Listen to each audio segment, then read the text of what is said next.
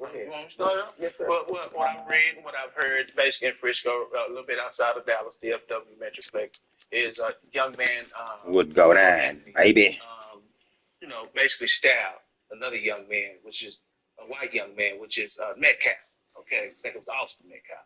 But and he had a twin brother. But from what I understand, they wanted Mr. Anthony to get out from under the tent, some tent, and say, "Hey, you need to get out from under this tent." He said, "I'm not bothering y'all. Just leave me alone." You know what I'm saying? He said, "Well, make me. If I just gotta leave, just make me." And then, he'd be like, "Okay, I'll make it." So I heard that the young white kid put his hands on the young black kid, and it's not a racial issue, but it's a young person's issue. But he put his hands on the young man and Mr. Anthony, and Mr. Anthony reached in his bag, grabbed a knife, and stabbed him in the chest. That's what I'm hearing now. And so it's a lot of controversy coming from behind that particular incident because they were saying, a lot of people saying it's bullying that took place. A lot of people saying he shouldn't have been there. A lot of people saying if it was bullying, he shouldn't have been there. And so it's not, a death is not something to make an excuse to be justified because we don't wish death on anyone, you know what I'm saying? But we're just here to really open this conversation up. And because it's a serious topic that people are trying to turn into racial issues. And I believe it's not a racial issue. It's just young people making bad decisions, you know what I'm saying? Young people making decisions or quick decisions to where it can turn bad. So, let's talk about it. Well, what I think about it is bigger than only the things that social media putting out there.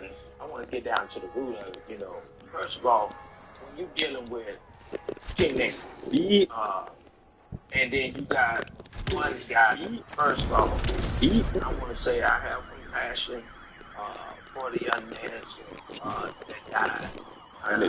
Family, for anybody losing life. But let's weigh it out. Let's look at it for real.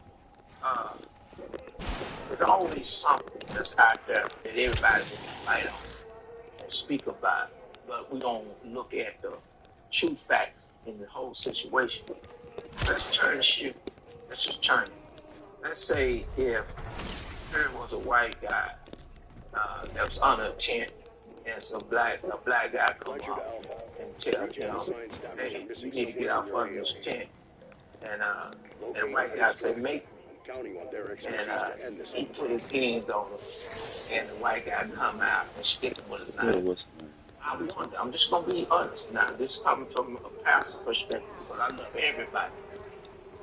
Would the table be, what's on the table now, would they give that guy $1 million? Let's think about it. Let's look at it. Would society see the same situation in the same perspective as we see and hear today? I don't think so. I'm just going to be honest. But the other bully situation, I'm just going to say, if you're not the school teacher, you're not the coach, you don't own the tent, what made you think that you can, first of all, not just tell somebody they need to get out from the tent? What makes you bold enough to say, I'm going to grab you and pull you out the tent? So it was wrong for the young man to even put his hand on the young man. It was already wrong. Number two, it was, I hate that it happened, but I think that we need to be fair about it. I think the young man, he have a knife. I said, what are you doing with a knife on school property? I think that the young man somewhere that has some experience of somebody picking on him.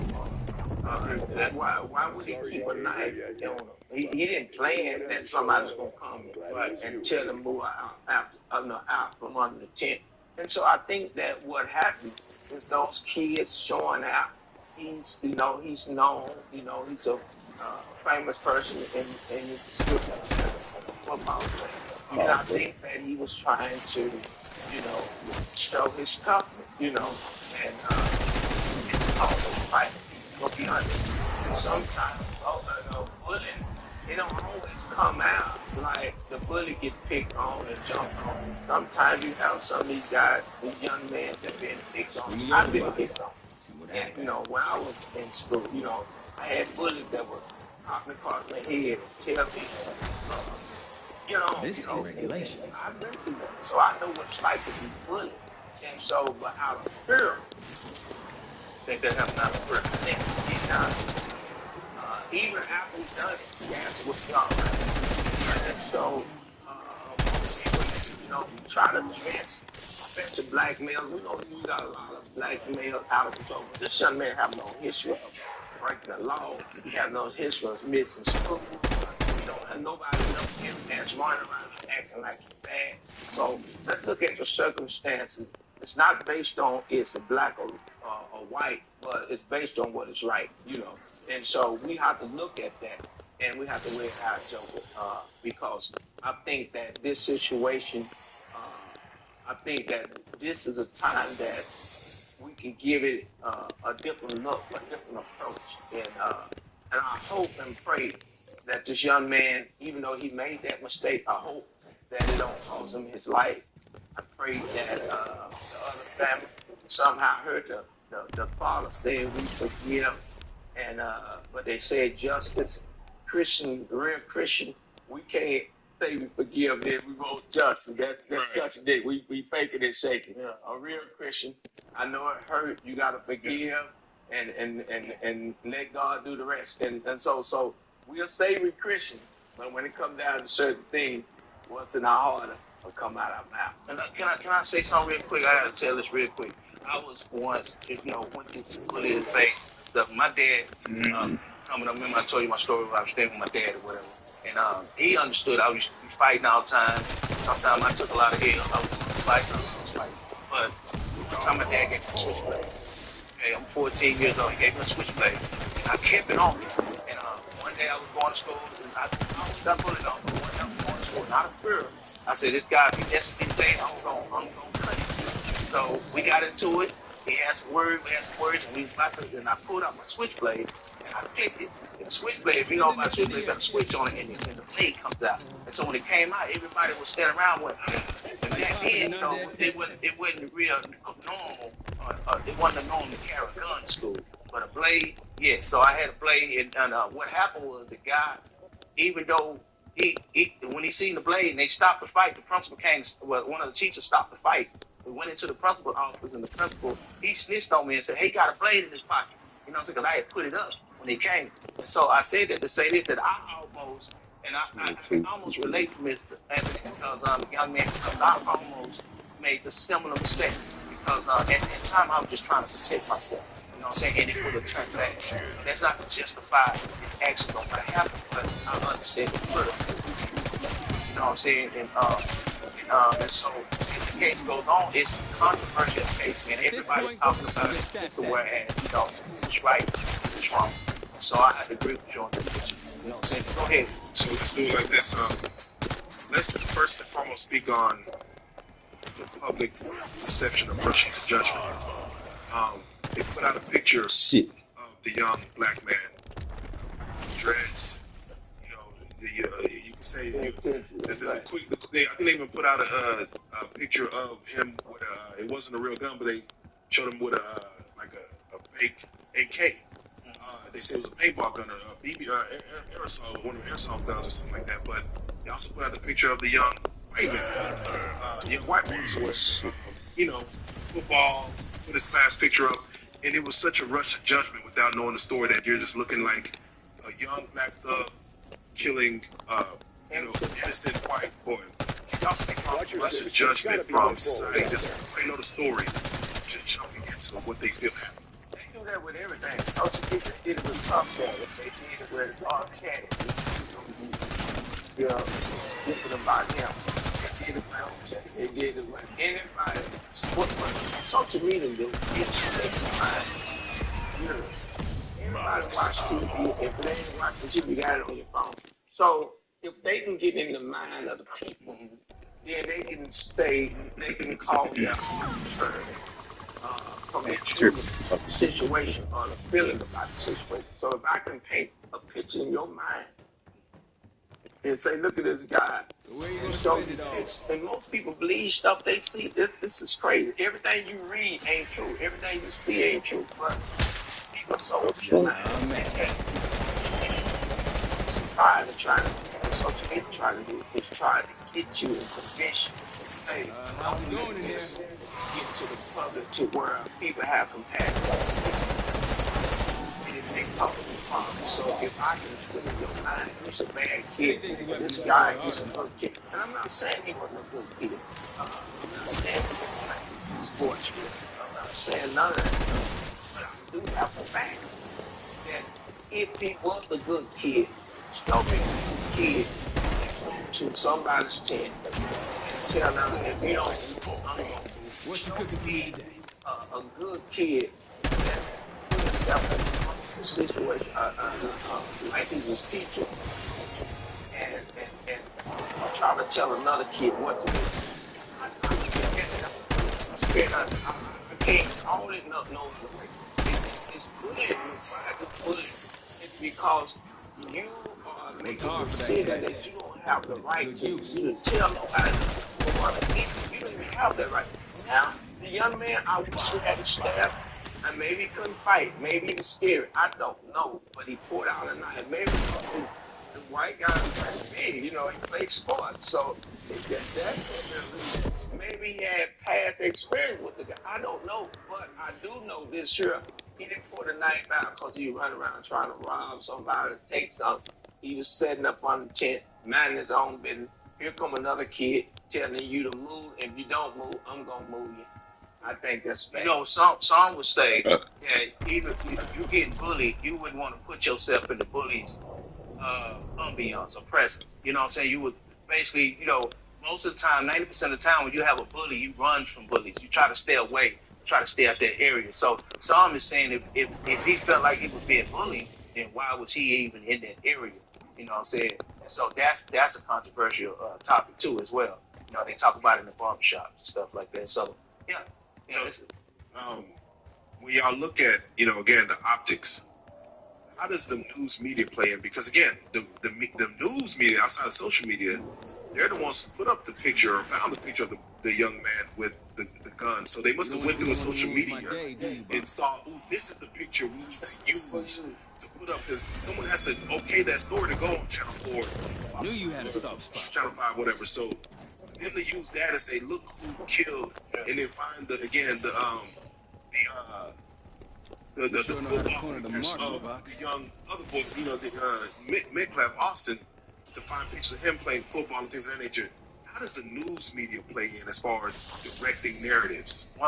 TikTok, when it comes to TikTok, any social media, news media, they can paint a picture or perception of the narrative before the facts even is put out to the public. So now everybody's finding out the facts later.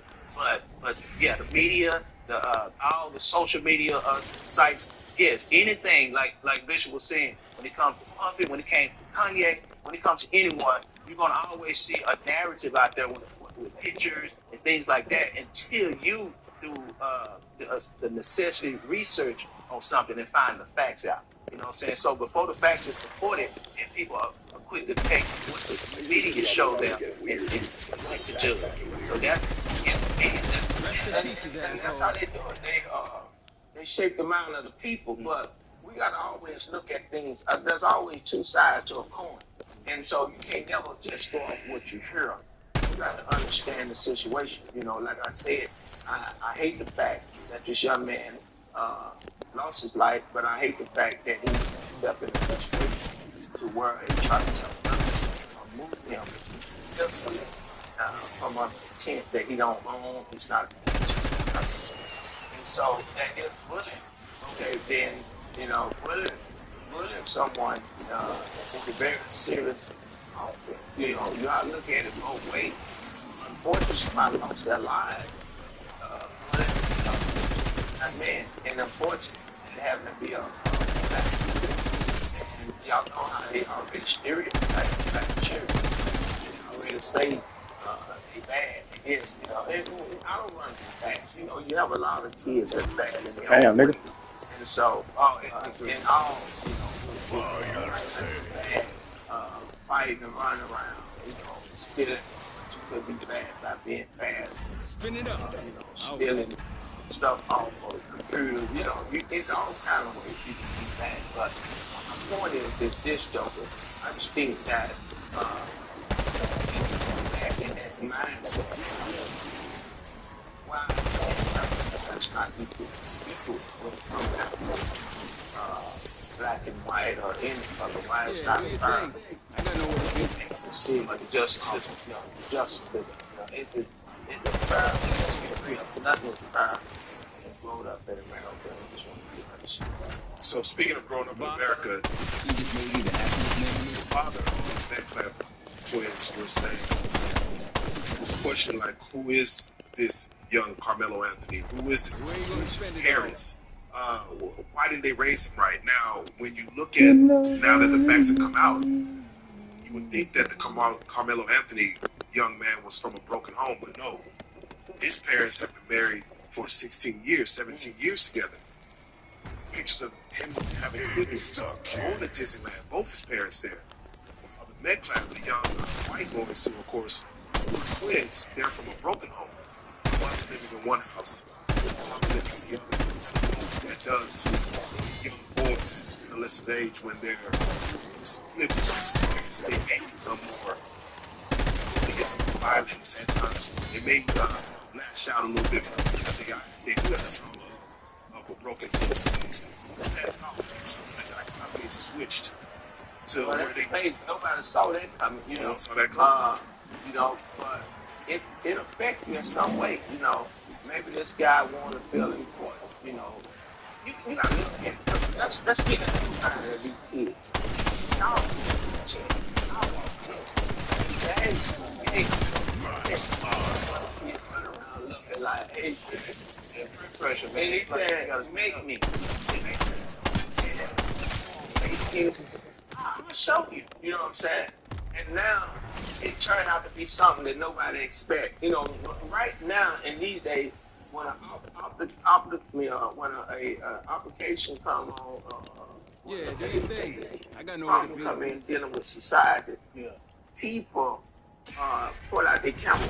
Everybody want to see a This go ain't something. You know, regulation. everybody want to see something that's going on.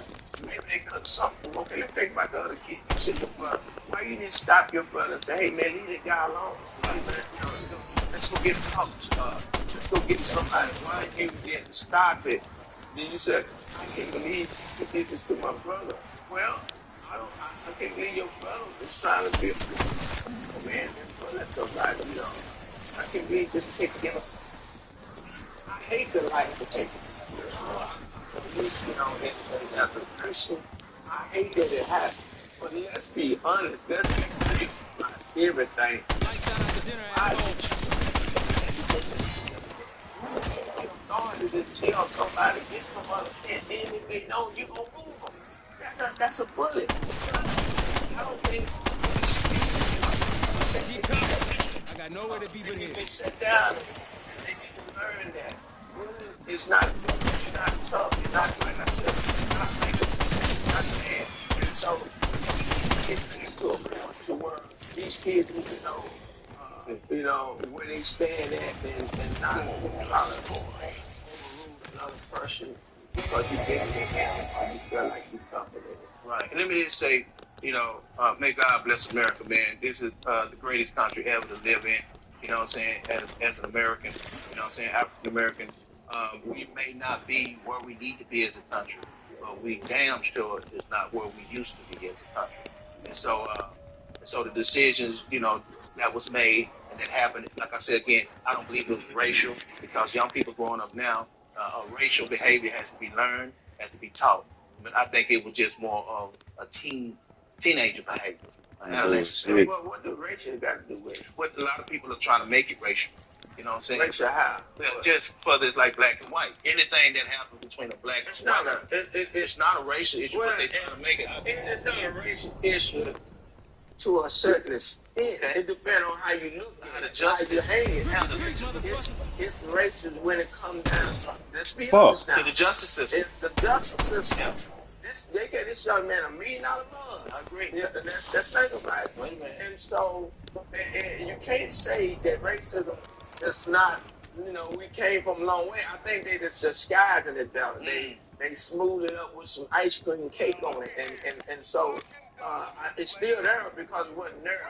Hey man, let me tell you something, man. Let me give you a good example. I was at a Walmart and a couple years ago, and a guy ran in front of me, and they called. I'm the one called the police. And when the police got there, I said this guy had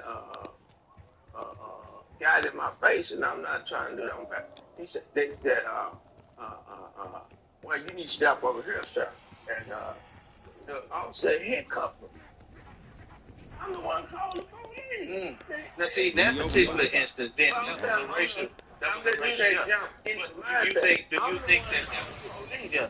But because what I paid for, let's be honest, they went and asked him, was he all right? He was a bully. He was the one that bullied me. And I'm not I'm saying in this sense with the two young men, do you think that was I think it was because here's a big guy that is in good shape, plays sports.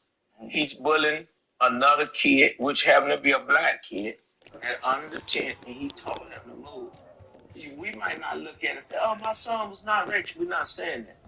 But how the justice system dealt with it, it was racial. Maybe they seen a black male and gave him $1 million bond, and social media already put out on he killed this guy. And they already put the stereotype? Even the president not spoke on it, and so but nobody get the fact. Why was this guy even messed with? What made him carry a Put it to good use. We gotta look at the history behind things and not just a situation because something happened. Everybody, let's put it out there. We are so sad that the young man got killed. I'm totally against that. I feel like that's some type of punishment. I'm just being honest. You don't take nobody's life, but I don't think he intended to do it. That's where we gotta come in. That's where we gotta come in. He stabbed him one time. It's been 4 or 5 times, but one time. Then he was concerned. About it. So I don't know. He might should get point.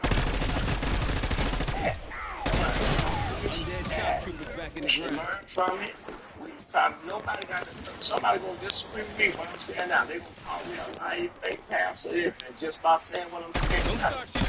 That's why I make sure I love everybody. But I think that the guy put himself in a situation where he went and tried to force somebody from under 10. And the outcome became horrific. You know what I'm saying? The outcome became horrific of the decision made. That was similar to a bloody tactic. Okay? That's a controversial subject. Yes, we need. I think that's a sense that these families in America dealing first with the justice system as well. So I agree with that. This is both sides.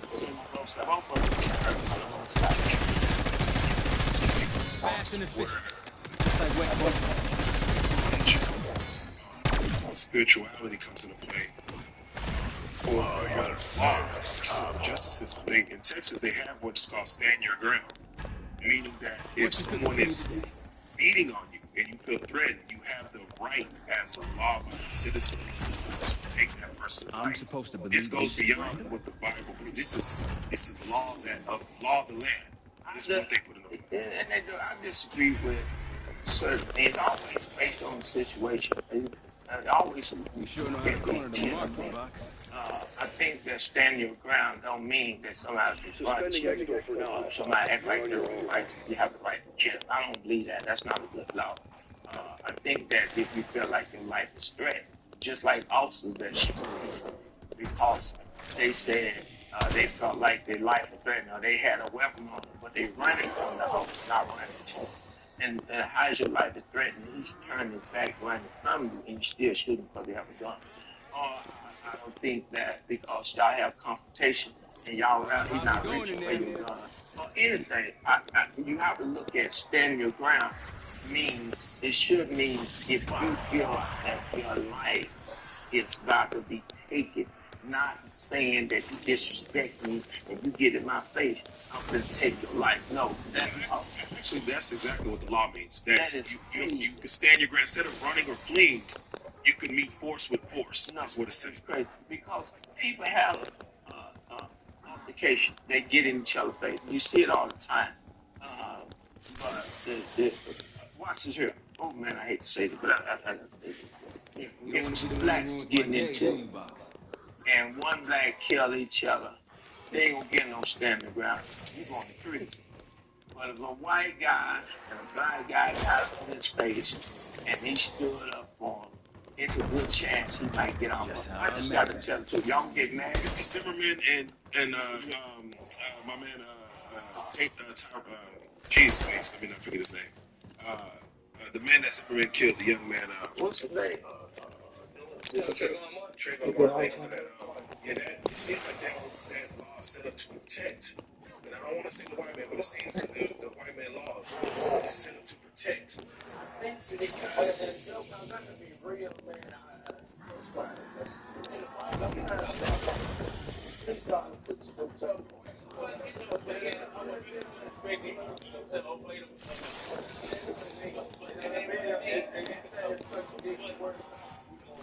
I would say because we lack sometimes as humans the love. In First Corinthians chapter 13, contradicting the word of God. I would say because we lack sometimes as humans the love. In First Corinthians chapter 13 it talks about love. Love is patient. Love does not do this. Love does that. And I think as we teach the new generation about just loving one another and transcend, I don't even think that incident would have happened. But due to the fact of what learned behavior is and how we can talk about what incident would happen. What with the young man with the guy said football? Okay, no. Let me tell you something. Hold on. Let me correct that. Patience and no. So we just trying to tie it in. Blacks, we talk to love, man. Anytime somebody beat you, murder you, rape you, put you in slavery, and you still forgive them, that's love, man. I don't care how you put it. We brought to love people. That's why black folks are the most forgiving people in the world. You know, just to be honest. You know, I agree with that. And so I don't think What the you young cooking man for, had no love in him. And he would have never said, is it okay? I think the young man was acting out on protecting himself and fear. What about the other young man? The young man saw him kind of be aggressive like that. The other young man, when you was dealing with pride and bullying and kids, when you're on, yes, make them leave. how's it going in there? Hey, make them leave. Sure, yeah, you're gonna. I move you. You know what I'm saying? And so you have to look at that. You know, I'm saying that the football. I got me some. My clearance level. Oh shit. Ego, it does that. And so he had no business, just straight up, I'm gonna keep it real. He had no business trying to be a teacher or coach and make anybody understand. That was wrong. I hate the fact that the young man stabbed. He should never brought a knife to school. But I don't understand it if he did it. Well, it wasn't school grounds. That's one thing. So you're allowed to school. Yeah, it was school grounds at a track meet, but you're allowed to walk in a park with a knife if you choose. Okay. So yeah, he's allowed to keep it. And he kept it in his bag too. It wasn't on his person. Yeah. So he's allowed to technically have we got a lot of ground, Joker. This young man is almost got grounds, to be honest. He shouldn't even be locked up, to be honest. Yeah, you know, technically. Let's just be honest. You mess with me, that's not your school, that's not your fault. You don't own it. And you gonna make me leave and pull your hand on me. You tell me get from untent. Then you go as far as say, I'm gonna move you physically myself. That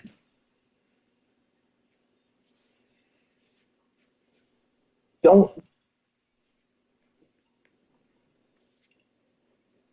Let me make that clear.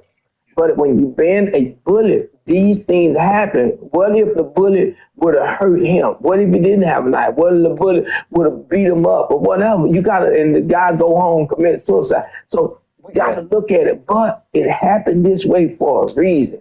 I think God is trying to speak to us in bullets.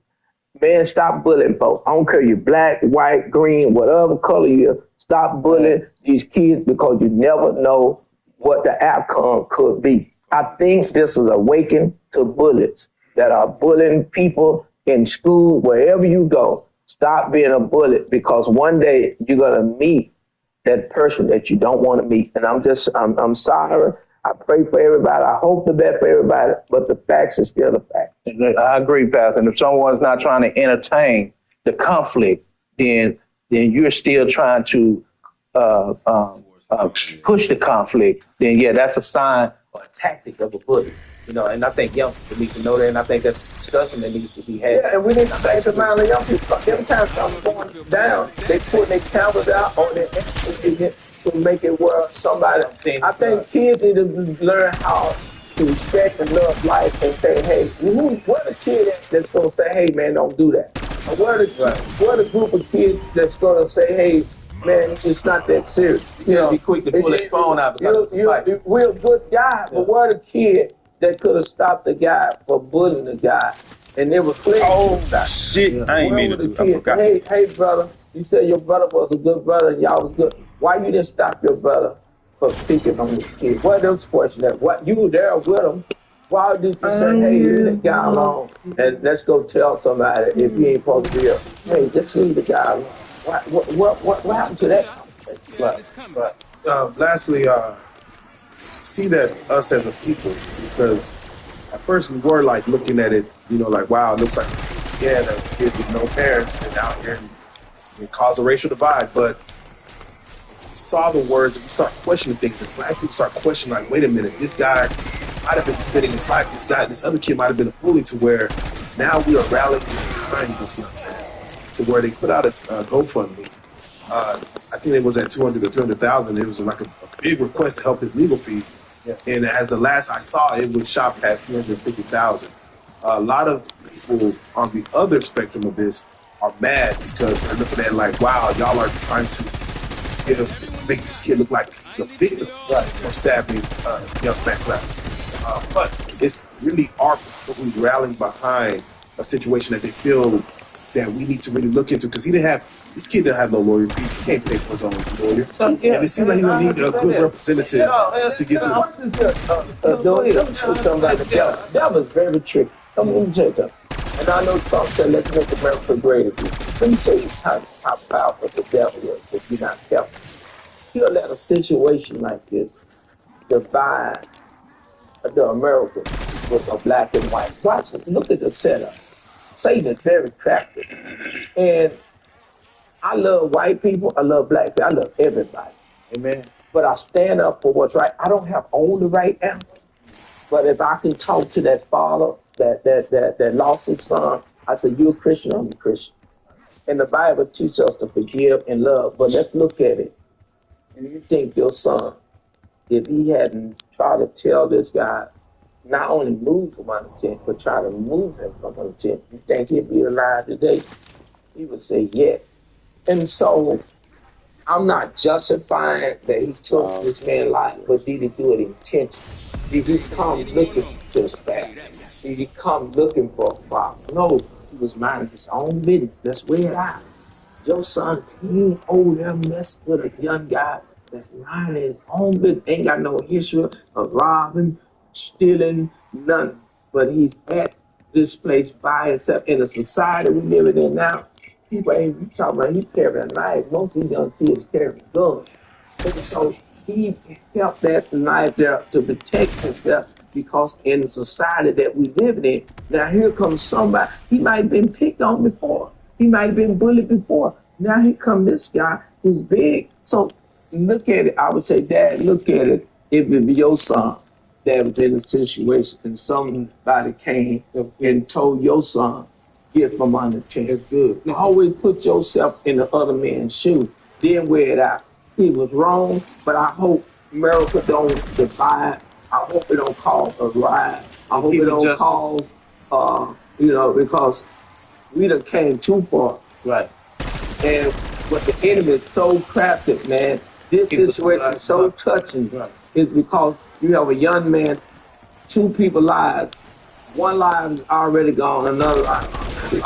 And so let's look at it, let's look at it from for what it is. And so I would like to say this, Bishop, and to answer your question, Joker, about the GoFundMe. I don't know all the facts, but from what I see, I believe it's unfair to cripple that young man from a defense attorneys and a defense team to look into the facts and to I guess in the justice system create justice.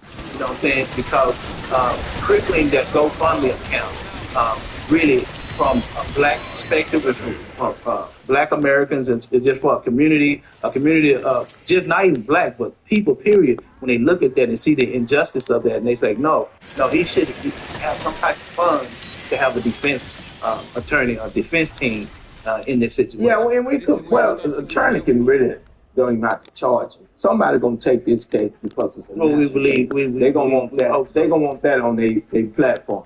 But my thing is, I think that. But you think it's right though? Well, then the cripple. No, they shouldn't do that. I think that to get them out, but that's what they're raising it for.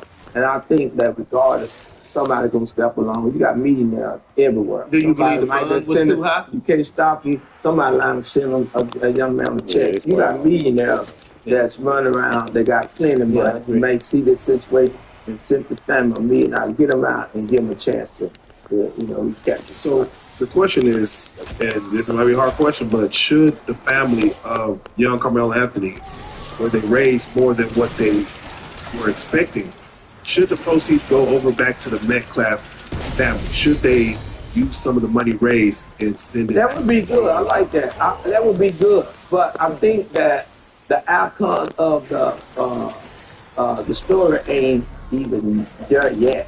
Might need more money than what they have. Because when the trial goes on, all you got to get paid, this and that, it's more than what you think. And so a lot of times, the little $300,000 that we think a lot of money, it ain't as much as we think it is. I don't know how long this trial gonna linger. I don't know what it's gonna turn to. I don't know how the people gonna respond to it. Dallas already got enough drama. We already got enough trouble. We already in trouble. So it ain't a white, black thing, it's a right thing. That's what you need to get to. You need to get to what is right. And I believe that the young man should have an opportunity to fight for his life, not behind the bars. He should be able to go home to his parents. And mentally, he's 17. I'm pretty sure he's sorry about what happened. But don't treat him like he's a gangster, killer, murderer, and so-called studio gangster. Treat him like a young man that made a mistake out of fear. He did wrong, that learn from, give him an opportunity to fight for his freedom outside. This is not a white and black thing.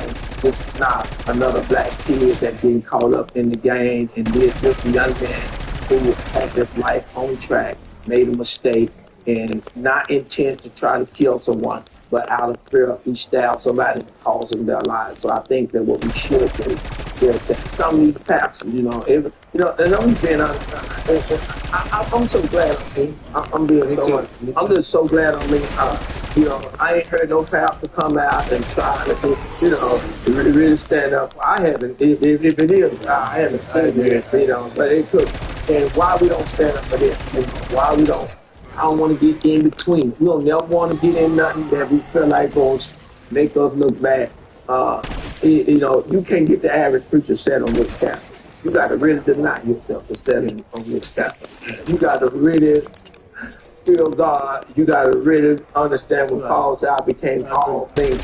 You know how many times I've been condemned by coming up on real shows. The Paul said he became all things when it comes to Christ.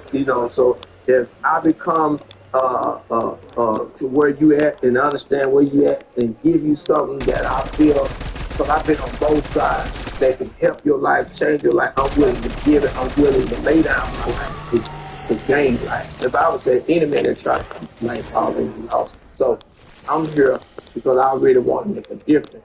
And I believe that my honest opinion may help somebody that's in the system. I have to agree with that. As we wrap that up, that Joker, that it's not black, white thing. Let's do the right thing. I like that phrase. Man, there you go, man. I gotta say it, man.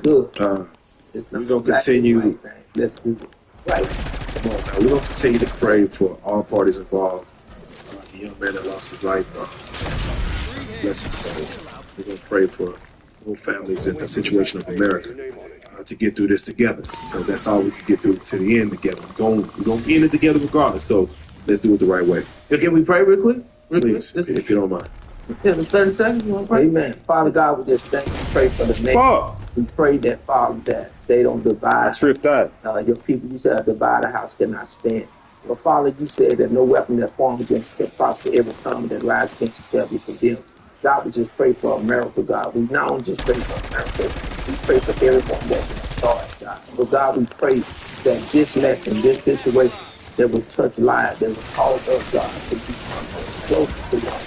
But most of all, God, because kids to understand that we need to love each other, respect each other more. But Father, I just pray that everything that the family needs, even the family that lost their loved one, give them the peace that passes all understanding. Even the young man that made a mistake, God, I pray that they even understand that you're God for the mercy. You're God that's for the grace, God, that people would have compassion for the young man's soul, hoping that somewhere, God, it will cause them to get closer to you and come to know you. But most of all, God, I pray for this broadcast. I pray, God, that you will bless them for allowing us to come, God, that we may speak to the nation, speak to people, God, that they will be able to hear an honest word, an honest opinion, God, and not someone that's trying to shape and control and manipulate people to believe and want them to believe what they want them to believe. And God, we open this atmosphere that people may come to understand you, understand their situation, understand their life on Real Life Street Star. In Jesus' name. Mighty name. Amen. Mighty name. Listen to this week, April the 18th at 6:30 to 10 o'clock. We are going to have the last stand of Christ, and it's going to be powerful. Bring your kids, bring your brothers, everybody. You do not want to miss the opportunity. These preachers, these women are very powerful men and women of God, and we are going to have a wonderful time. Come, I want to see you in the house.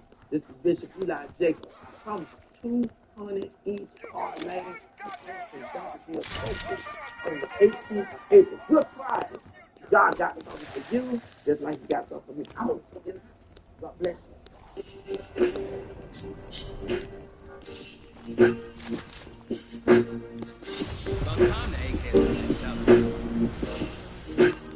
Shout out Real Street Stars, nigga. Hey. Hey. Honestly, I get it up off my chest. I'm trying to fuck, bitch. Let me be your best friend. So you see this whole section between the 8 trays, the 9-0s, and the 100s. It's gonna be the borderline. If it did nobody else do nothing, it was his fault. Fuck out of here.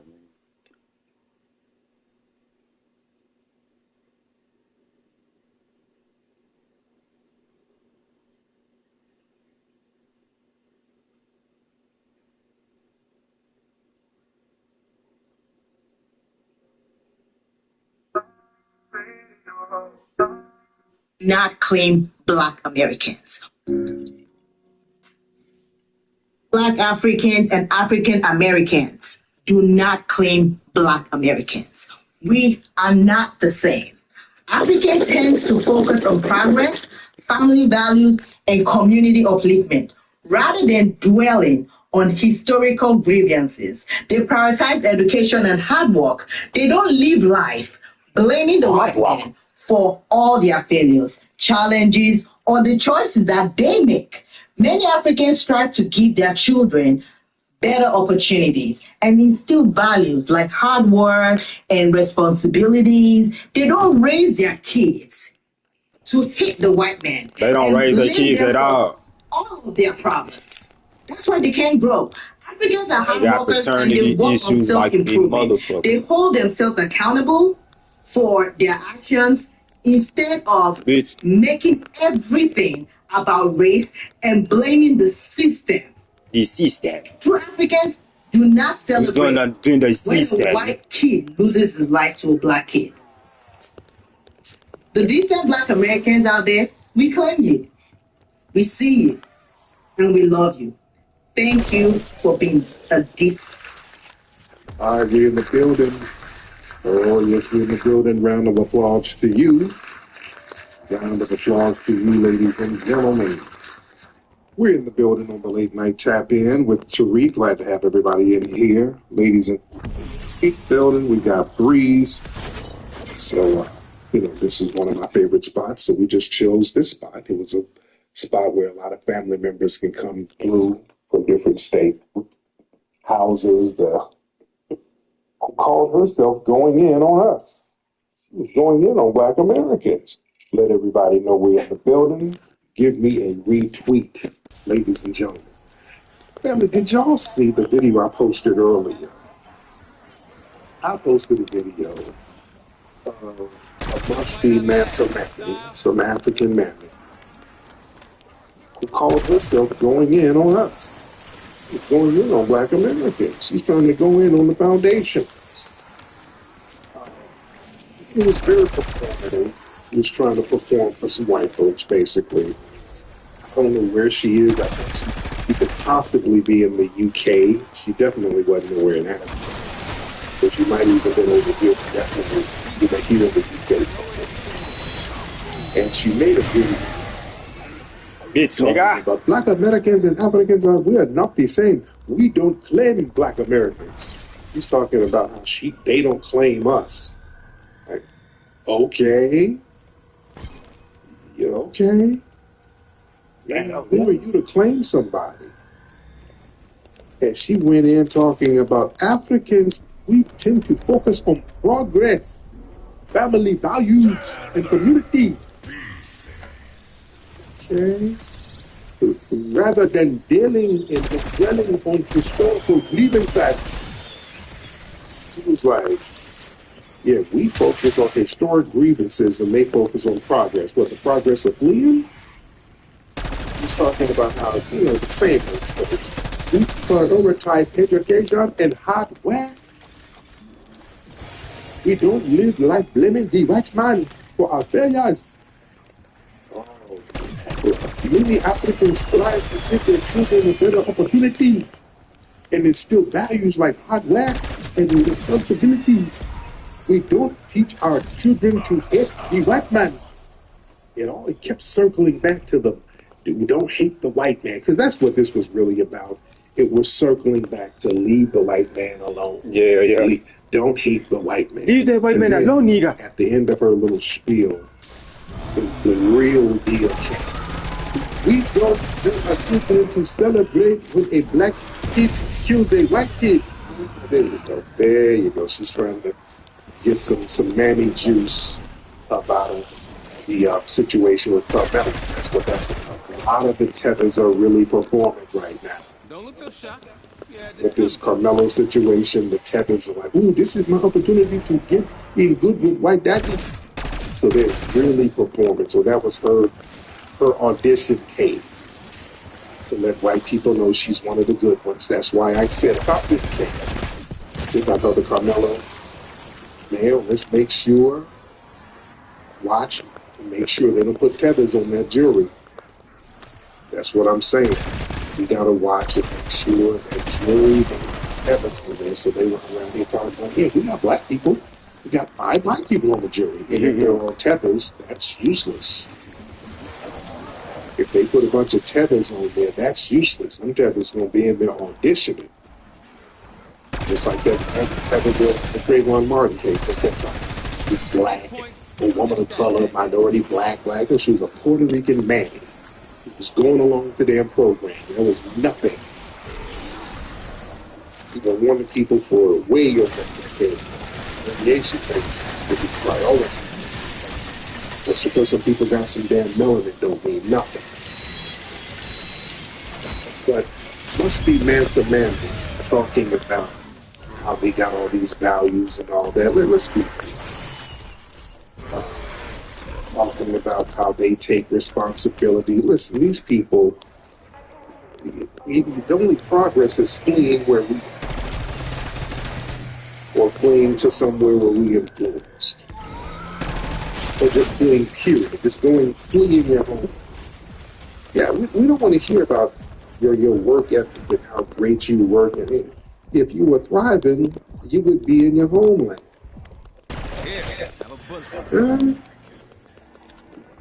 You failed. Your homeland failed to provide safety, opportunity, or dignity. Meanwhile, foundational Black Americans, we stayed, fought tooth and nail in the belly of the beast. Running is not resilience. Standing firm is resilience. You don't get to flee and brag. I really wish y'all stop doing that shit. Y'all sound ridiculous. Me bad. Don't be bragging about no hard work when y'all don't have electricity past 7 p.m. You can't build a home. You can't build infrastructure. You can't build roads. You're still running around in flip-flops and dirt roads. Like, come on, man. I'm not even trying to be mean, but when y'all talk that garbage, you're going to have to get a dose of reality. The nations you fled from, they're still riddled with corruption, poverty, and foreign control. Hard work don't mean nothing if your leadership class sells your resources and your people to other folks or Western scraps. Y'all still making the same little janky deals you made in the 1400s. You get mirrors and Negro trinkets. You get feeds and bottled water. You get Negro trinkets. Don't brag about nothing. You're not going to try to stunt on us. That's what you do. You come to the West begging for access to what foundational Black Americans built. To the education that you praise, which woman in the video talking about, we value education. Yeah, y'all come over here and get these minority scholarships and these Juneteenth scholarships and these Dr. King scholarships and these Dreamer scholarships, all named off of cultural things that we achieved.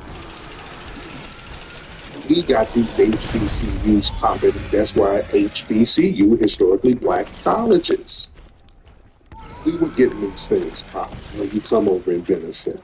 Some of those African leaders from back in the day, they would get educated at the HBCUs. And all of these civil rights progresses and political access, that's something that we created and made available because of foundational Black American activists that you're benefiting from. You're benefiting from our resistance while you spit, struggle. That's very powerful and that's very hypocritical. So that's why I don't want to get nobody lying about us delineating.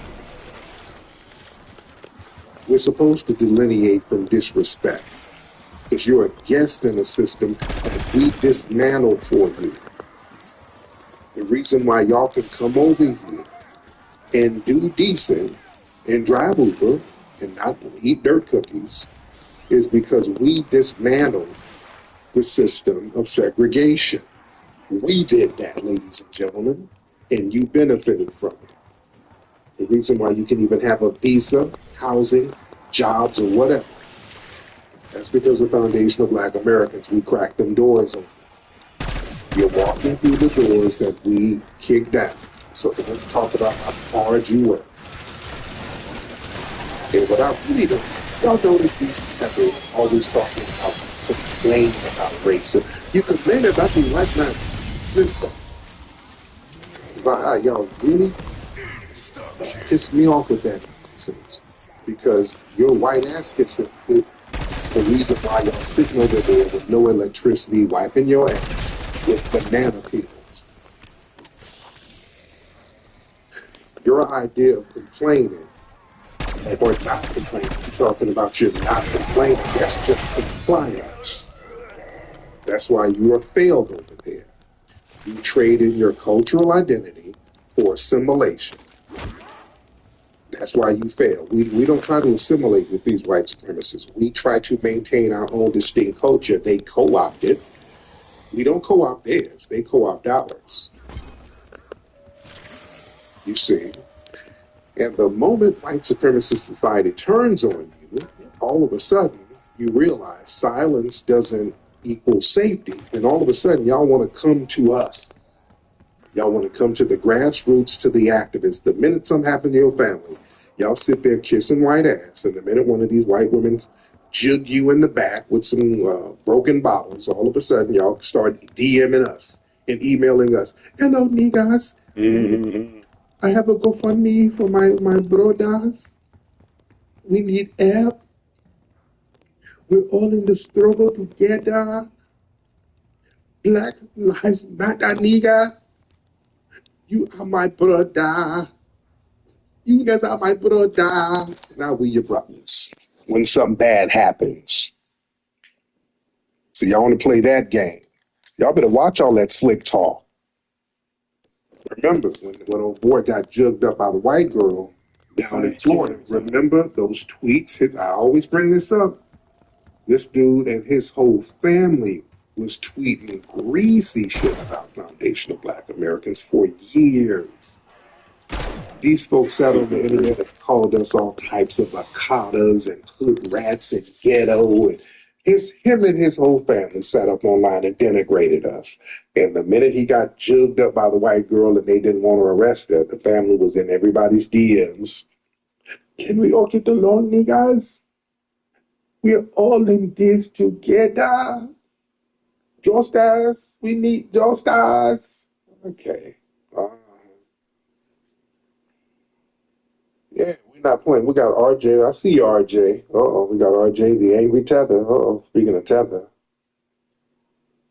RJ, let's get some real-time first-hand tether in here. RJ, hop on in here, RJ. RJ is a Nigerian tether, by the way. RJ, what's happening?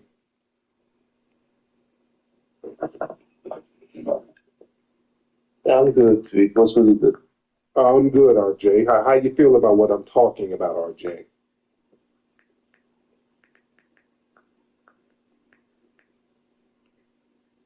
RJ?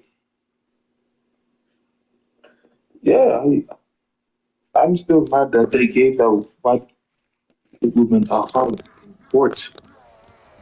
Mm-hmm. Mm-hmm.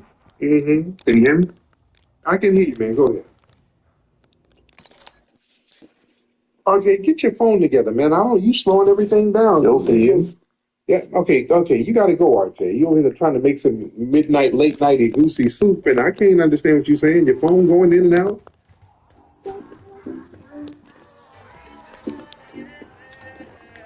Not so bad going down. Coming out, another story. Work tonight. Work tonight. Work tonight. Root work tonight. I'll be feeling tonight.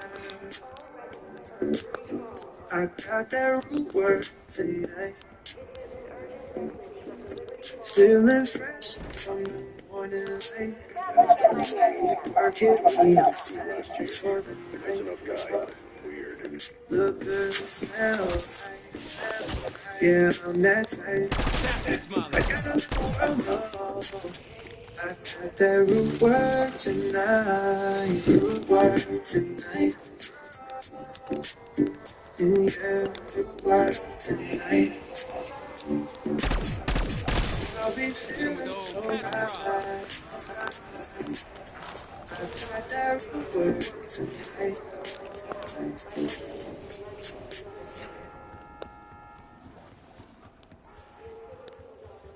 Wake that ass up early in the morning. Breakfast Club. Morning, everybody. It's DJ NV, Just Hilarious, Charlamagne the Guy. We have the Breakfast Club. So it's here as well. And we got a special guest in the building. The Hood Whisperer. Well, today, what one judge has called the lawlessness of Donald Trump and his staff was made vivid once again in two hugely important stories that are really about us, about all of us, every one of us. And it might not seem that way at first. One is the story of an immigrant who was shipped off to a prison in El Salvador, something that could never happen to us citizens, right? And the other story is about an exclusive private institution far removed from your life, it seems, that has nothing to do with you, or at least it seems that way. But today, we are all Hilmar Armando Abrego Garcia, because Donald Trump said today very clearly that he wants to be able to throw anyone in a prison in El Salvador and throw away the key, even if that person has committed no crime. And that means us. That means all of us, because Donald Trump and his lawyers are insisting through the courts that even after they make a mistake, as they admit they did in the case. Nigga, shut up, nigga.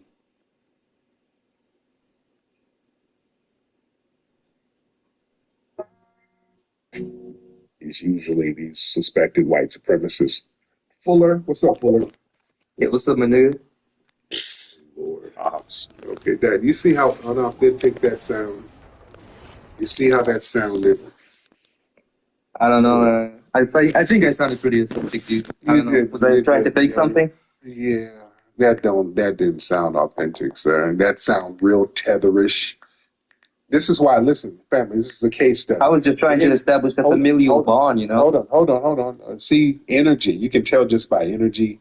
The energy is off. That's why people try to mimic us, but they ain't got the energy, and you know it's off. It's coming from somewhere else. So what's going on, man? What's happening with you? I don't know, man. I'm just kind of, out of it right now. You're Somalian. You sound Somalian. No. What are you, sir? I'm not Somalian. Are you ashamed? Do you hear that? What the that? What is what? Somebody's whooping his ass. Where's the flashlight? This one up here, man. What are you talking about, My dude? wife. I'm talking to my wife. Down here. We're looking out the window. Something is fighting in my yard. But yeah, no, what's Nice. what's your name, man? You're Fuller. Can I call you Fuller? No, my name is Mohammed Al Balabirha. Okay, so Middle Eastern dude. You're from probably Morocco somewhere. Where you from? No, I'm from Iraq. Iraq. Okay. Are you in the UK or are you in the US right now? I'm in the Michigan area. Okay. So what's on your mind? I don't know. I just hate, dude. That's okay. We're not too crazy about musty ass tethers like yourself. So yeah. So what does that mean? It's pretty simple, dude. You want me to explain? Yeah. What does a musty fleeing failed tether mean to us? So you don't like us. So what does that mean for us? You're just not welcome in the community, bro. In whose community? My community. In your failed homeland that you fled, you're not even welcome there, sir. It's so bad you don't want to go back. What makes you think you want to go there? I mean, the community's in Michigan, man. Right. Michigan, you mean the state that we made pop off? The state that you had to Oh, it's a good one, dude. That's a good one. You made it pop off? Yeah, we made it pop Dude, when the off. white people fled, that state went to shit instantly. What the f*** are you talking about? Yeah, sir, you fled over there, so it ain't to shit that bad now, is it? You fled over there, right? That's because the minorities will welcome there, dude. There was like a Muslim community there. That's pretty much it. No one went there for money, bro. Yeah, you fled there, sir. You fled to a place that we made pop off. We made this whole country. What do you mean pop off, dude? I just told you no one went there for money, dude. Right, sir. You couldn't even come over here for work for Foundation of Black Americans, sir. I think I could have. No, you couldn't have, sir. Yeah, I mean, look at Western Europe right now. You see how many of my brothers and sisters going there? Yeah, but you didn't go there. You came over here with us. Well, they didn't come over here. We didn't go to your homeland. I wasn't born in Iraq. We didn't go to your failed homeland, now did we? And you ain't. Listen. My grandfather went to Michigan when what was it call it? Before civil rights was even a thing, dude. So I don't know what the fuck you're like boasting about. When did he go to Michigan before civil rights? When did he go? Yeah, he immigrated. He didn't immigrate in Desert Storm or whatever. He immigrated like in the 50s, dude. Yeah, no, I don't believe that. Why not? There was no big immigration for people in the Middle East. Yeah, exactly. There has to be, like, what the... Yeah, it does. You're just saying shit, and your trolling is lame. Just like you. That's why you... Dude, you gotta get, like, the ceiling bird off your fucking ceiling, dude. That's in your thinking, dude. You think just using curse words over the witty. You sound lame. Listen to you. You lame as hell. You ain't witty. Dude, you're not even fucking saying it. You're not witty. Again, you're just not saying anything, dude. Like, I can tell you're butthurt, but you're not even making a point. Yeah, you sound lame. The point is how lame you are. Alright, I'll steer the conversation, because clearly you using the F word. Okay, yeah, keep crying, bitch. Anyways. You using the F word over again don't make you witty. You know who you sound like? The Myron Gaines fool of tethers. This is one of these Myron Gaines dudes. One of these lame-ass Arabs who's jealous of foundational Black Americans. This is jealousy. Listen, Okay, I'm jealous. wait. Okay, Listen, no, point no, to no, one thing. listen, No, listen, listen, Nah, I'm you jealous. listen to me. You listen to me. You listen to me. Listen how jealous you like. You come from a failed homeland. I believe you probably. So do you, dude. Like, look. West Africa? And then you're from Angola. You I'm from no damn West Africa. I ain't you. You. Nigga, what do you mean? That's where your heritage You're comes from. probably from East Africa somewhere. You probably from Sudan, just like funky ass Myron. But we ain't from West Africa, sir. Come on now. We ain't immigrants. I'm not no immigrant, sir. Okay, so then you're from the Congo. I ain't from no Congo. This is my homeland here. I'm from here. Okay, I'm 2 generations in. I've been here. My family's been here longer than the Congo existed. You understand? My family's been here longer than your family. Sir, this is 400 years is not that impressive. Yeah. 400 miles of fleeing, 400,000 miles of fleeing ain't that impressive either. For you to be disrespectful and you come from a failed, down, starving homeland. And you're talking about, I hate N-words, like we give a damn what a fleeing rep is to say. You're a funky ass rep. Who cares what you think, sir? Dude, have you seen the state of Chicago? You ain't nobody. Have you seen your failed homeland that you had to flee from? Have you seen that? Why should I give a fuck, dude? Right. You don't even care about your family. So how are you going to point your finger to us? You don't care. You abandon your family. You abandon your family. I don't think you understand. You're like in this... No. You don't understand. You've abandoned your homeland to come over here to project your jealousy of us. Because nobody gives a damn about a fleeing Arab. You're But your whole shtick... Yeah.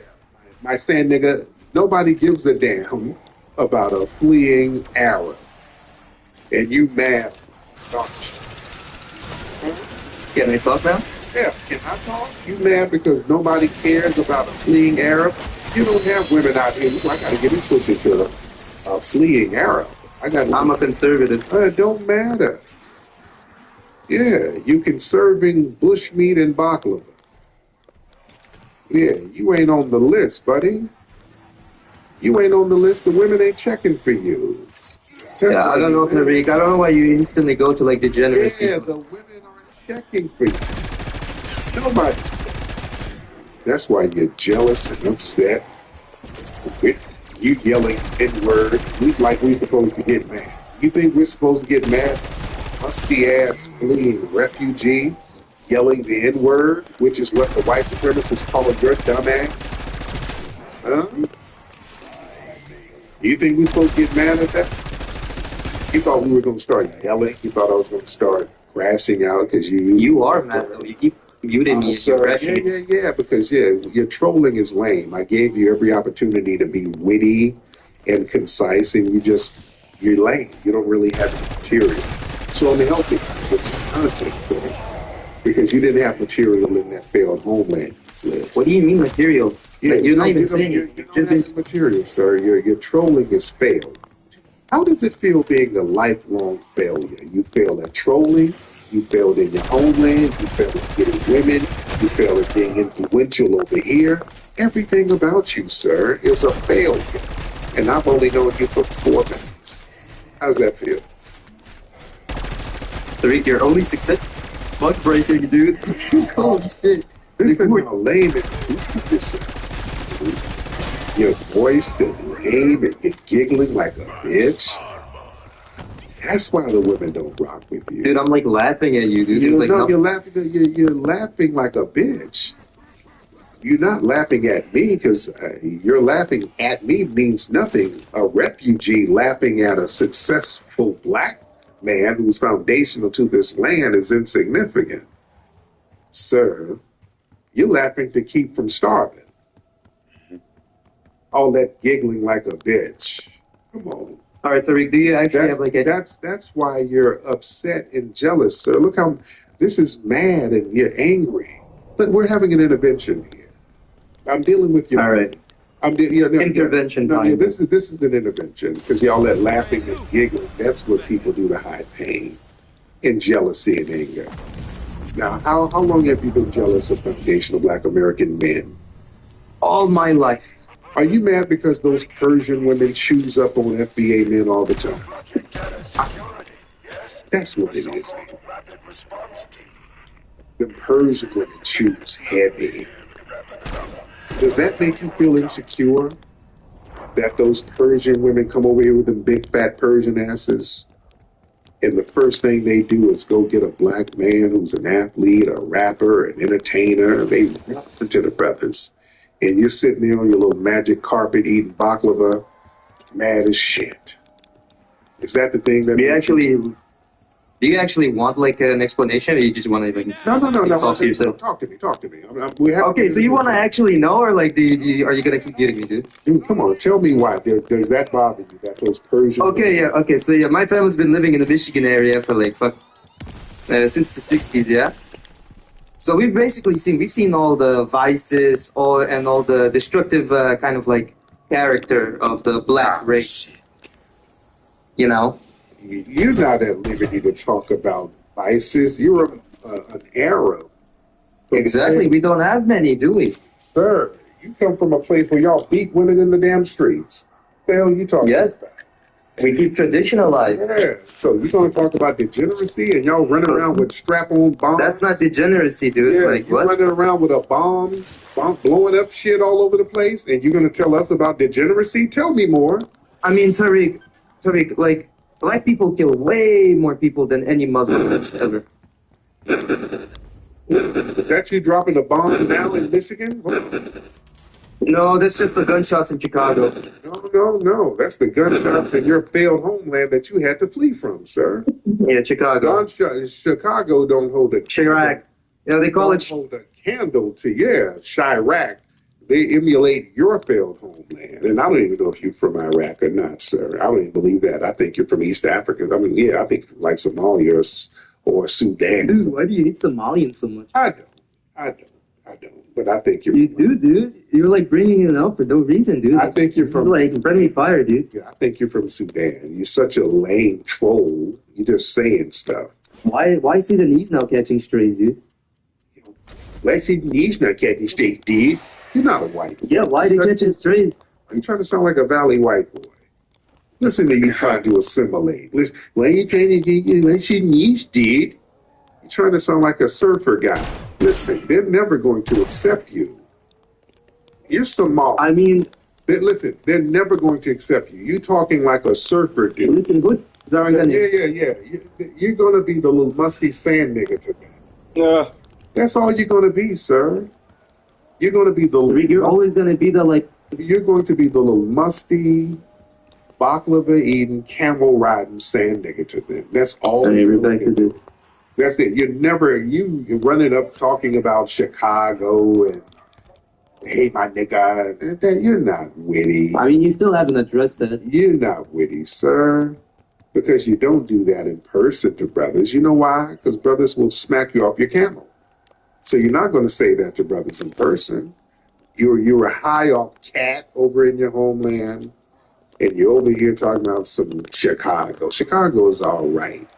People ain't got. You are not scary, dude. That's why you have to carry on blickies all the time. There you go. Give me the hard ER. The hard ER doesn't bother me because you're a sand N-word with the hard ER. Yeah, and I'm proud of being a sand nigga. You're not proud of being a nigga, though. No, but I'm a foundational black American who didn't. Yeah, you're a slave, bro. Sorry, and you're being enslaved over there now. That's why you had to flee. They're taking your family from East Africa, taking you up to Libya, selling you. Sir, that's why you had to flee. Libya, nigga. You know who they are? You're being enslaved now over in your homeland, sir. Bro, blacks are getting enslaved in Libya. Are you? People from here, You're black. You're a black Arab. Yeah, brown. There's a big difference. Right. You're a black Arab. All right. With big feet and a big forehead and big old buck teeth, like a pirate. Nigga, you look the same way. I don't look like you. You wish I looked like you. I don't have that big forehead. Nigga, you look like a gorilla. Look at you, sir. You gotta eat good to look like a gorilla. You look like a little baby meerkat with sandals. You don't even have the protein intake to look like a gorilla. You're too starving. I think you have me confused. You gotta have both, sir. You over there eating ostrich egg omelets, starving after damn death, jealous of foundational black American men. You wish you had the strength of a gorilla, sir.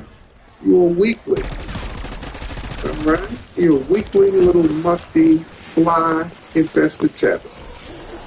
You're mad at us because we're the most influential people over here, sir. You sound like such a fake ass. How much do you even spend? I can bench Red Cross rice just like you did in your village, sir. No. You're not talking this. I can bench 2 bags of Red Cross rice. How many bags? Why are you dodging the question, dude? Yeah, why give me a specific. In your homeland, you were dodging missiles. Are you stuttering? You were dodging missiles to get on a plane to get. Sorry, can you not live? You were dodging missiles to get on a plane to get up off that failed homeland, weren't you? With your Sorry, can you not live? With your bag of Red Cross rice. Come on now. Is that like crusty ass soup just for show? Do you not have any? Your crusty ass feet and the crusty ass sandals got to flip flopping your way over here, sir.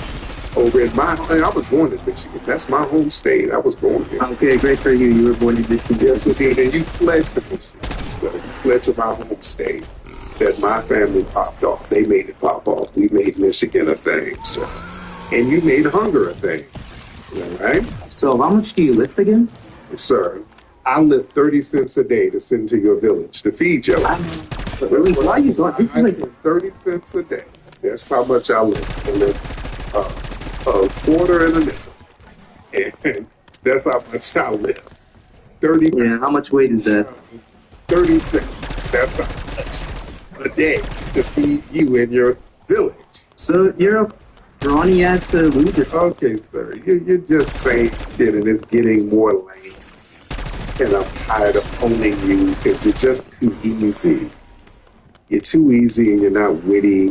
Dude, you're a kid. And you're sounding more pathetic than yourself. So anyway, let me get you off your tab leash. All right. Enough of that. Your lameness is just getting cornier and cornier. All right. All right, well, we got some people from the D in here. Let's get Detroit. I should have kept him on with Detroit, but no, he was. I'm gonna get Detroit /Detroit. Detroit, hop on in. What up, though, fam? You good? I'm good, brother. I'm good. All good here, man. Copa steady. Oh yeah, what's going on with you? Hey, Tweet, I wanted to point out a few things, man. We haven't talked since Thanksgiving, man. I'm sorry about that. Okay, that's cool. Okay, what's happening? I wanted to point out how your rooms get the most attention because of how diverse you are. Yes. You have so many people coming in, and it's not me saying this, the people who follow you saying this. Okay. You have, like, even in your documentaries, I'll make this quick, brother, even in your documentaries, it shows a wide range of the knowledge you have. You bring different things. For instance, people will come to your space, and they'll say, Tariq, you're so funny. You should be a comedian. Tariq, you're so knowledgeable about the law. You should be a lawyer. You know so much about politics. Why don't you run for office? Tariq, you know so much about family and relationships. Why don't you bring back the Mac lessons and do this, that, and the other? Yeah, yeah. This is all coming from one person, all going to one person, and that's you. I watch other media, other black media and other platforms. They don't have the diversity or the range that you have. Even some of the most, I'm not, and it's no slight to them, but just that you have that, and that's one of the things I want to point out why you have such a great space and such a the large numbers. That's what I would say. My man, my brother. Great point, brother. Thank you so much. I appreciate that. Brother, when I think about it, when you look at it like that, he does have a point. We do try to keep it as diverse as possible. Yeah, we try to make it very diverse. I like to allow up all types of voices. I let everybody come in.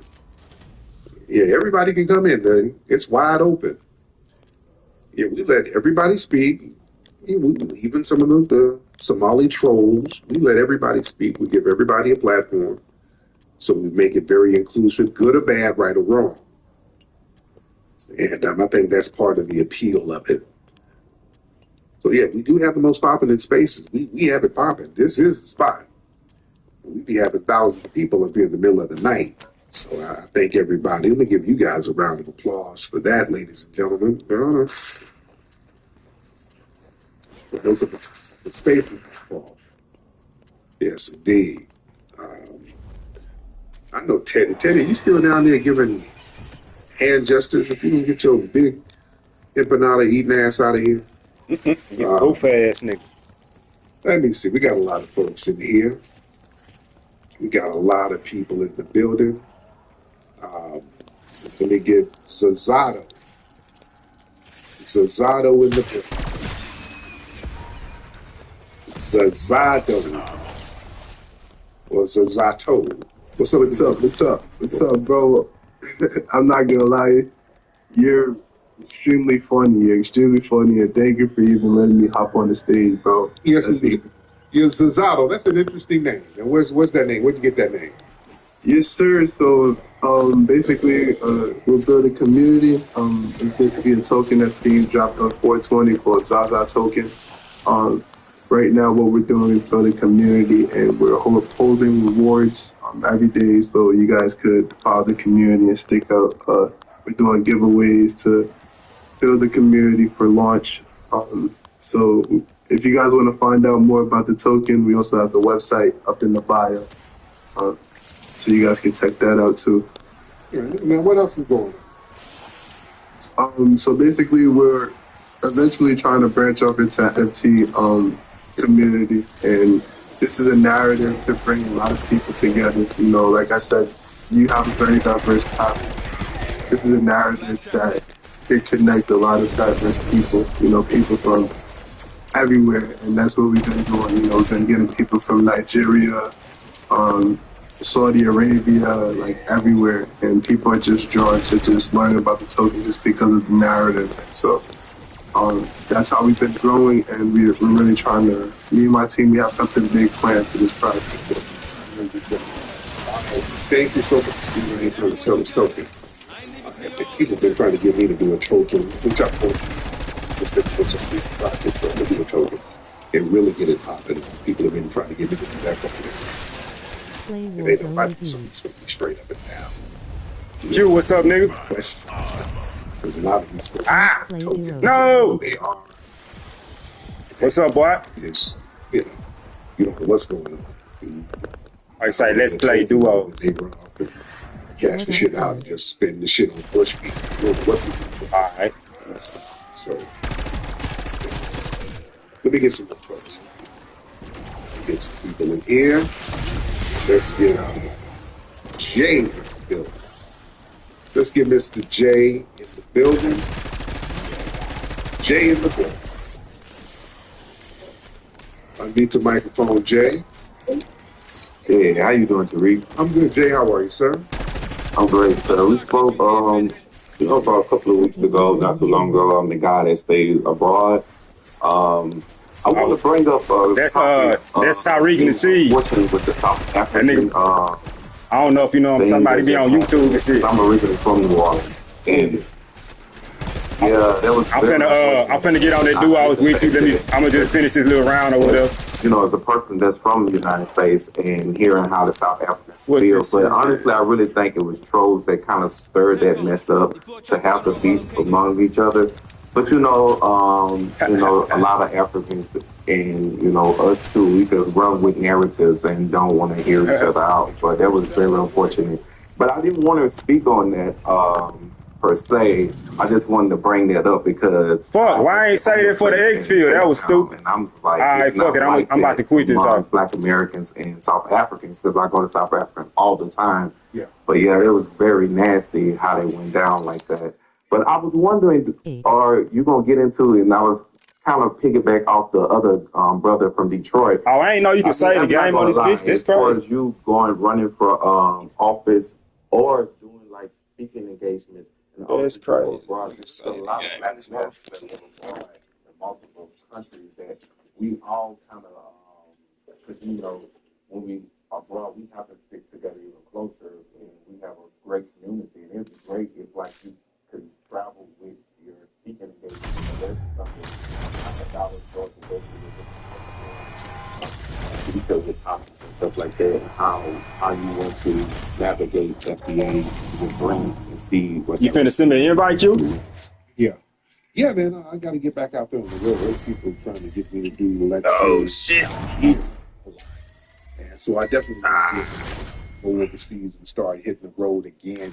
You know, I just got chill because they've been banning me. You know, when I got banned, chill with this overseas stuff because most of the flights, you got. I put my head, damn, this bitch might not be charged up. What's that? I can hear you fine. Just turn the damn YouTube podcast off. Hello. Who you say is Tyrese? Yo. Yeah.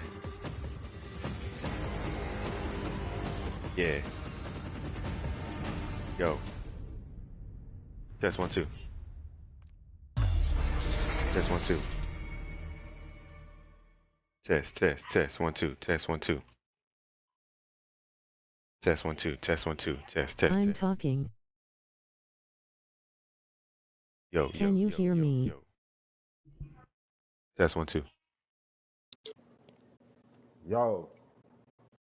Yeah. I had the mute button, my fault. I heard you the whole time though. I had this bitch on mute. Oh, okay. What you said that podcast was?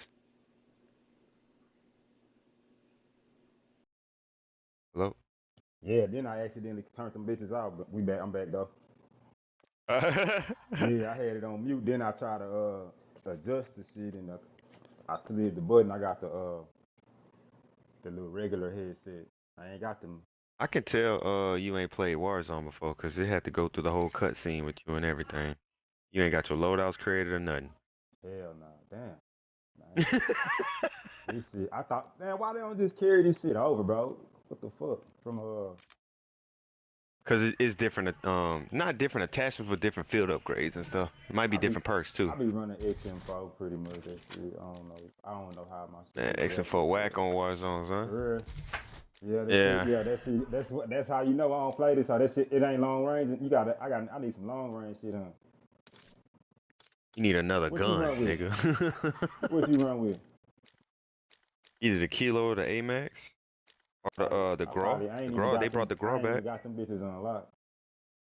It's a. Nah, I'm gonna just give you mine. I'm gonna just give you my loadout. How you gotta what I gotta? And then they got default classes. Unlocked by downloading it. Yeah. Yeah. You unlock the Kilo. Hold on, no, it's not. It's not. It's still locked. I ain't got Warzone on my shit. You know how to see the locks next to them in the list of guns to your left? Right. Yeah, you don't even have the cipher unlocked. Yeah, it's telling me unlocked by. Well, how you got your camera hooked up to your junk? That PlayStation camera, I just got it. It's on the top of the TV. Well, you can see. Okay, right it's the actual PlayStation camera. Yeah, I can see you. What, through the YouTube or what you?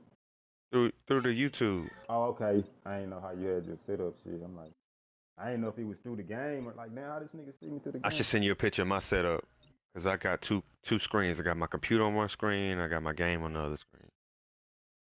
Do you game with your computer sometime, or you just PS5 only?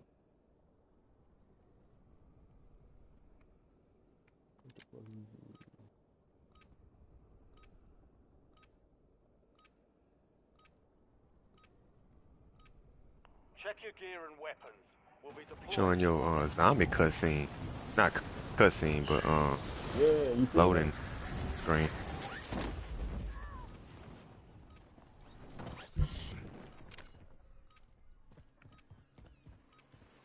What you been up to, B? Same old shit, just working. Enemy soldier incoming. Ain't too much and nothing, man. You still doing machinist work? Yeah, same old. Okay. But I work over there. Huh? I work at it. Now somebody, you know how we playing this little warm up shit. Somebody knocked me down. Now I'm saying I work over there. I was 290. Nigga, I don't know where that's at. Northwest All stations, green light. We're deploying to the wall. Yeah, I don't know nothing about H-Time. You heard me? Yes, you do, nigga. Been out here a million times, nigga. Nah, nigga. The last time I've been out there was when they had the Super Bowl. That's the last time I've been out there. Damn, I don't remember what year that was, to be honest, bro. I don't remember that. I know we done had them a few times. Like 18? 2018?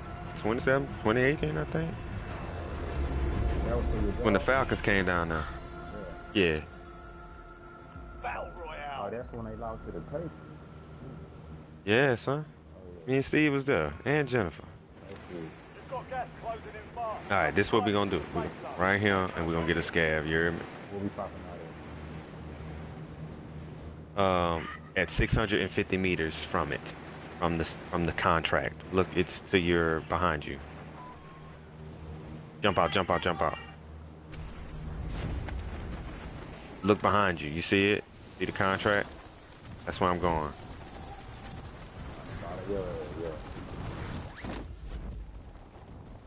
Some kind of whip.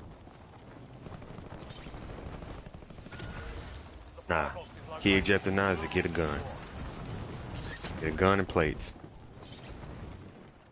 I got a plate for you in case you can't find one, and then we need to go get that scavenger.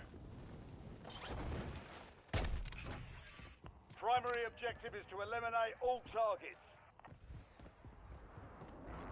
Get the gun. Yeah, get in the fucking building around this bitch.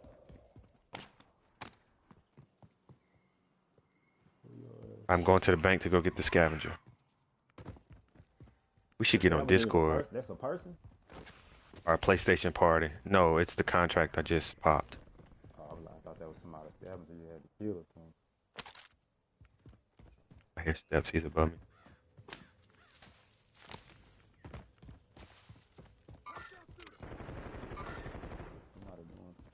Hurt. Is you? Yeah, that was my shots. Okay. One supply box down. 2 remain.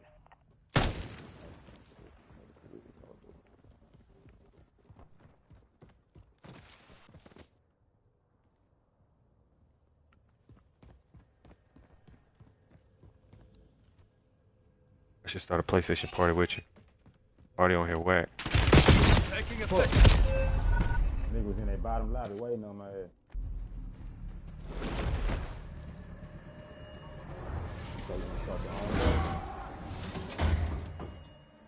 Invite me to it. I'll join. Gulag is your last chance. Fight to earn redeployment. Here we go.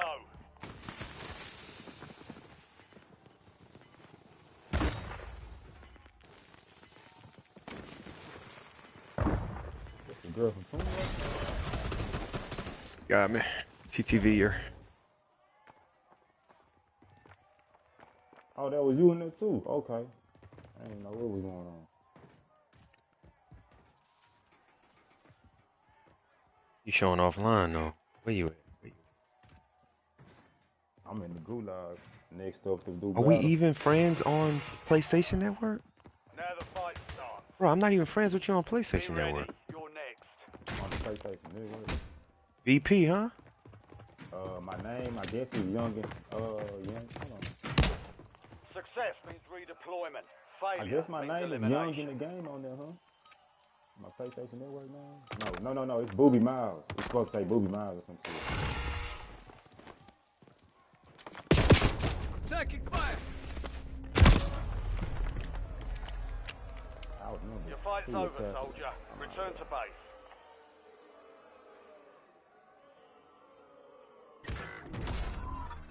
The enemy took that one, but we'll get them back.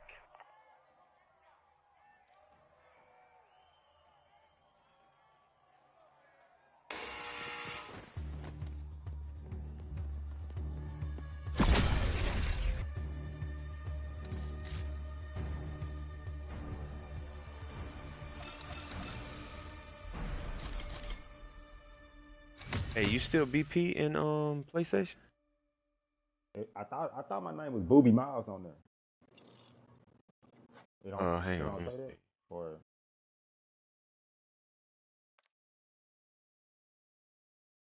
no, you're BP. You're showing offline. I'm gonna start a PlayStation party. How you, what it say, invite player.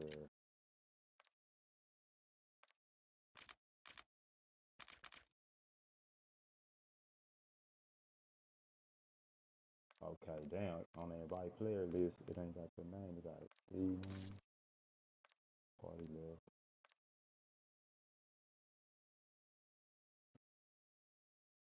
How do I ask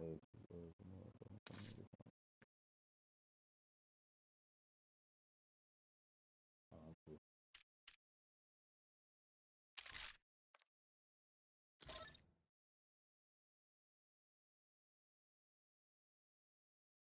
Yo.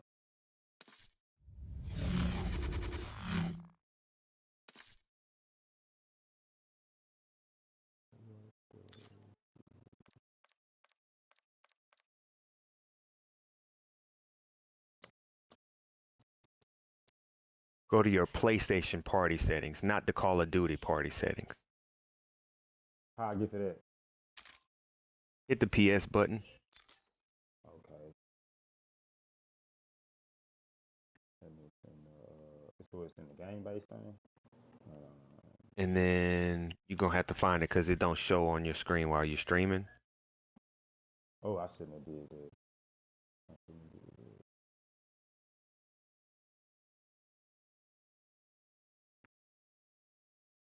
Let's see if this Discord messages party. Alright, it said joinable Quentin party, Quentin Myers owner.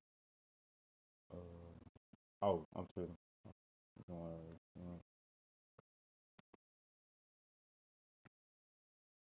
Yeah, but you said, but I wasn't in your friend list no more or something. Oh yeah, I probably do. I probably did do that shit. Yeah.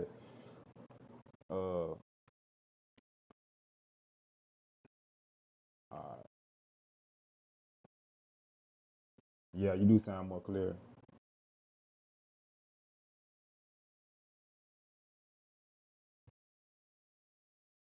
So how was we talking up until now then? What was that shit? It was through the game. It wasn't through PlayStation. Damn, see, I didn't even know they was two different things. You just learned me something, nigga. Yeah, nigga. I don't be on here enough. I thought that was all the same shit. So What other games you play?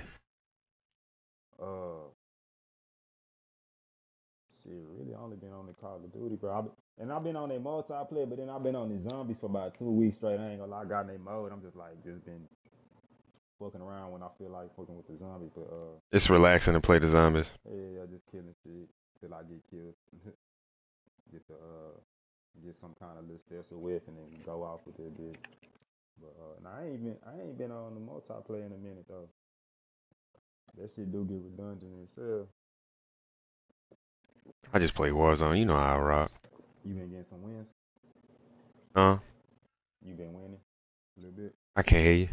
You been winning? No. What you been playing solo mostly? I got people I play with. Okay. I can't change the audio balance on here. Come on, now. So how you like it since they I saw that update something about the Verdansk is back. I don't play this shit, so I was like. That was the map we was just on. But that's supposed to be the original, right? It was. Is it the same or like it shit ain't the same? It's about the same. It's about the same. They started it from scratch, and they got buku people back because they made so many changes. It was a whole different game. Yeah, that's what I'm asking. Like I feel like they probably tweaked it some way, either good or bad.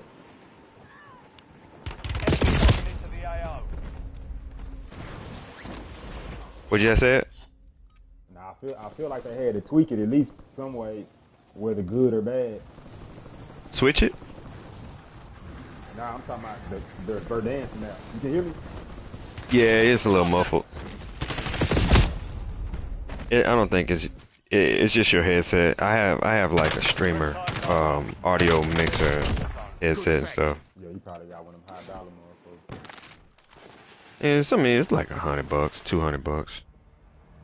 It's the PlayStation one, the basic one. You know how they got two versions? It's the basic one. I think it's I forgot how. Yeah, I could tell, because I could see it on your stream. I used to have that. Got like you got the good controller, right? Yeah, I got the dual sense. Yeah, what's it called? Dual what? Dual sense. Yeah, I think they made a black one now. I got the portal. I got a white portal. Closing on your position. Suggest you hightail it out of there. Let's see, where we gonna drop? Where we gonna drop? Let's go right here.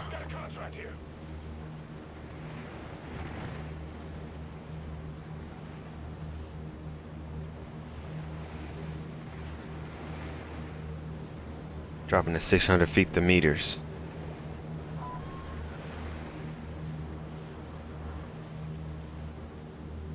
Oh, we got company. We're not gonna drop there. Let's drop here.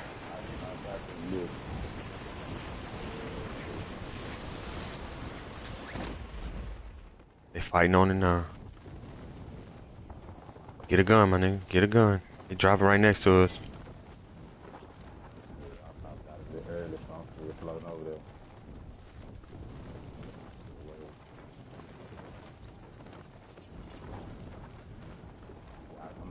On the ground right now. I don't see nobody. Oh, Flashed him. Oh, that's you. I was like, they in it, nigga. Yeah. I'm like, but you got a, that was a shotgun, nigga.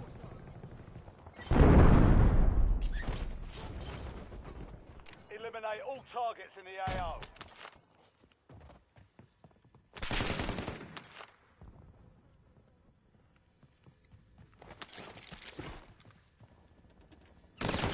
Dang it, he got me. He up there. He up there. Wait for him to come. All I got is his pistol. It's alright. I think they seen me when I came. Oh, he come behind me in the window. The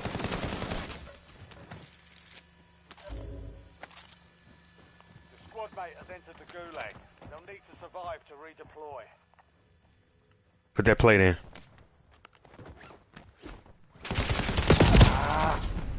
That was another nigga, huh? Duos, nigga. It might have been the same dude. I didn't see the name. Oh yeah, it would. If you would have let it play and not hit a button, you would have saw him. He was laying in the bushes. Same dude. You gotta play like that on this mode, bro, cause you die so quick, and ain't no plates and ain't no money around. You gotta play like real strategic. They call it scary, but it's tactical.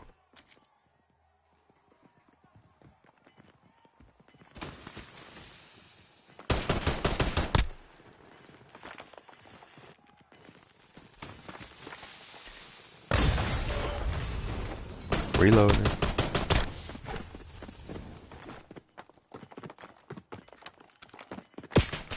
Taking fire. What the fuck? War is for the warriors. Your RT. Dang, I died too. Man, I had that nigga.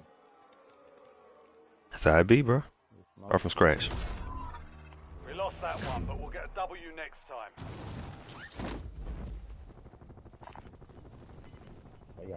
They got it before we just jump right back in. That nigga had it like that. Oh, you want to play that mode? I mean, just as long as it can start up every week. Cause you know, I ain't no good, so nigga might be dying fast a lot of times. Just, I mean, if it's a different mode, we can switch. I ain't switching. Whatever mode you think the best is. It's called Resurgence, so you can come right back to life, and then you get a countdown. And when the countdown expires, if you die again, you get to resurge. You get to come back alive. Yeah, if you fuck with that, I'm with it. Alright. What's this we call? We was just in regular duos right now. We was in Battle Royale duos, and it's a different map. So now we about to go into what you call this off of San Francisco. What's the jail? The jail island called? Alcatraz. Alcatraz, yeah. You need to cash in your battle pass tokens so you can get all the guns unlocked. What, I gotta buy it? You already bought the battle pass. I did? I must have bought this bitch on accident. I ain't thought about it though. Unless it's saying you got 25 Auroras to try to coerce you to buy it to cash them in. Oh, that's probably what it is. Like, I probably opened them and I'm not unlocked them yet, but like Use this time for if some I play target some, they practice. unlock. Like you know how they try to make it look like you unlocking shit, but you still want that shit into the buy it, though. Yeah, in order to use them, you got to buy the battle pass.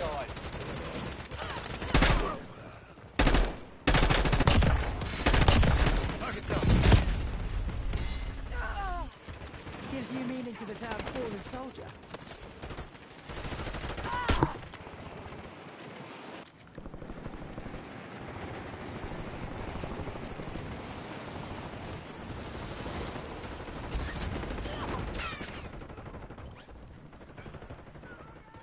All stations, this is Shadow 01. Deployment to the war zone has been authorized.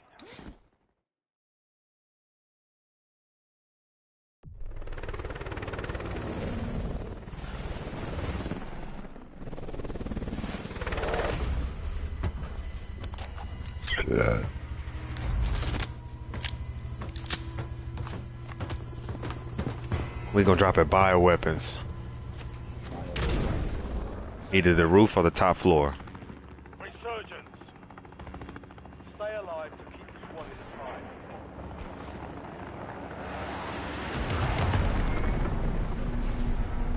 alive. If you hit the big PlayStation button, you pull up your tactical map. Oh, okay, I didn't even know that.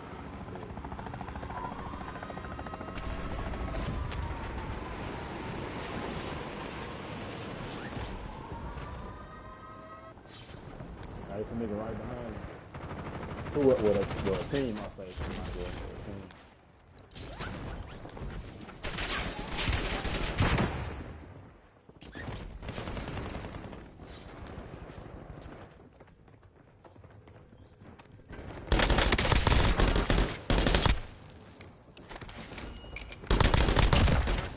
I killed a nigga with a pistol. On your tac map. Get hunting. Yeah, what he got? Lightning.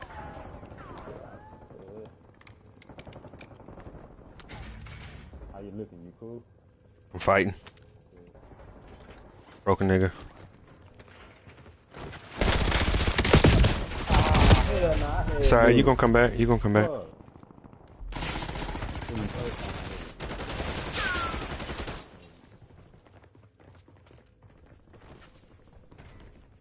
Oh yeah, you saw your nigga come back. I'm thinking I'm going to it. We're returning you to the front. Earn this. Man, that killed nigga right there where I was at. Go get them guns right there. And a plate. Now the plate up, don't you? Yeah.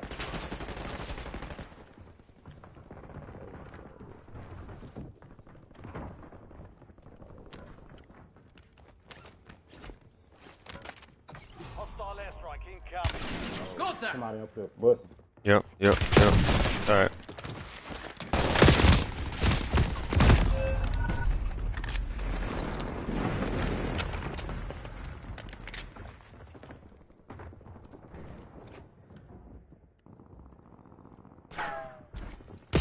Oh no. Time for vengeance.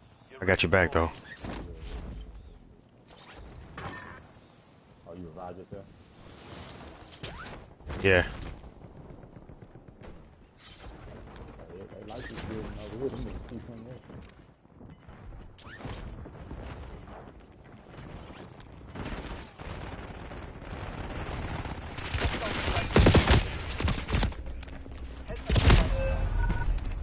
Getting that ass whooped, boy.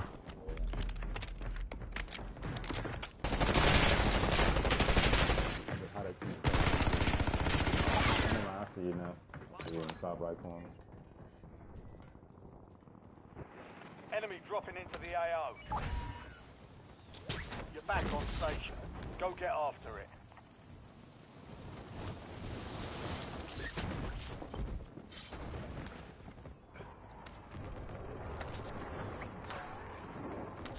Hey.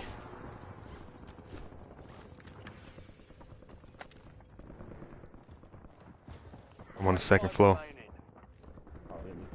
Come get that. Go get that. And then get that car 98.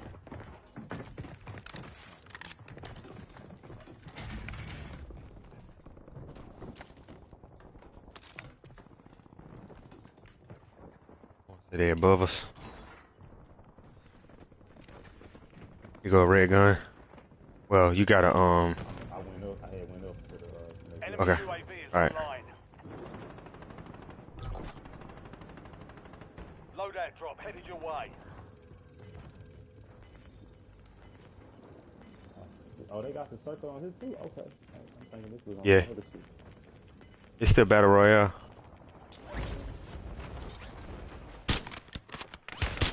Making effective fire. Where you at, on top? Nah, I'm down on the bottom. No, where's it? Where'd you get shoot from? Top? Nah, I don't know. I don't know where I was. Yeah, that nigga was shooting from up top. I seen the angle now. Yeah, he on top of the building.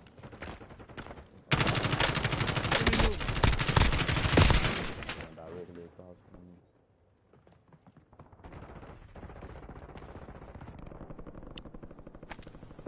Stand by for redeployment.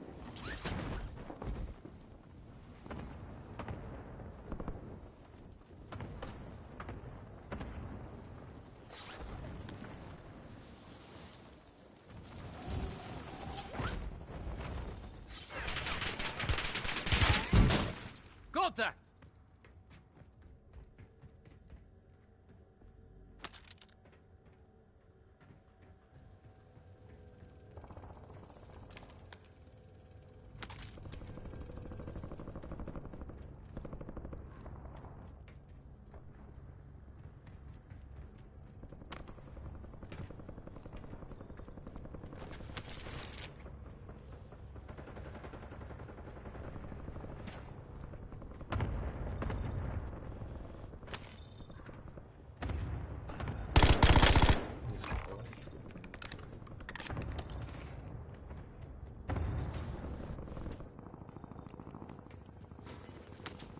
We've got 10 squads active in the field.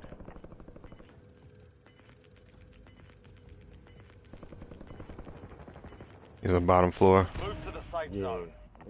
Safe. You've got gas moving in. UAV available for tasking.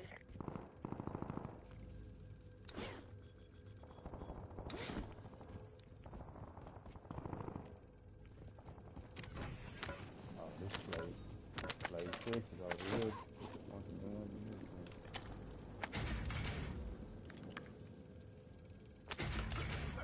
This must be really good. No, it's multiple teams, bro. Your squad is down. Stay lobby. To bring them back.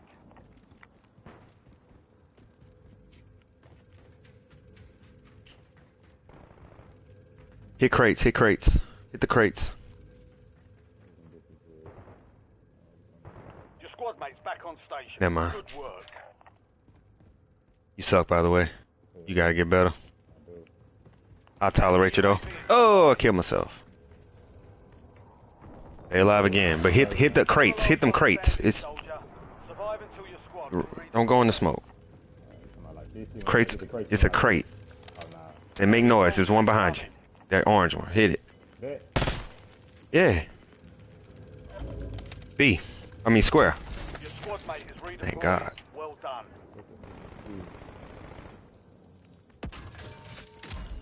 Fire sale is active. Buy station prices are adjusted. Hostile UAV in the area. You back, huh?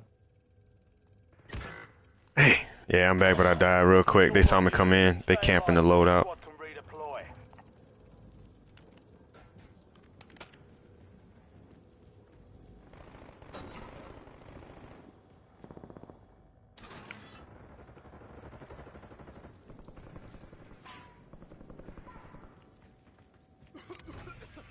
Get ready. Resurgence window is about to close.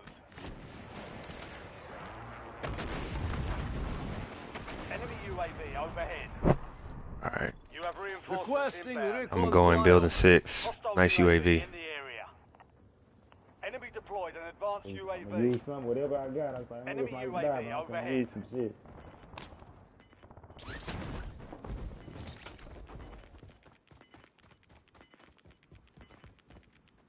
Get to the safe zone. Gas is moving. Hey. Down to you, soldier. Stay sharp.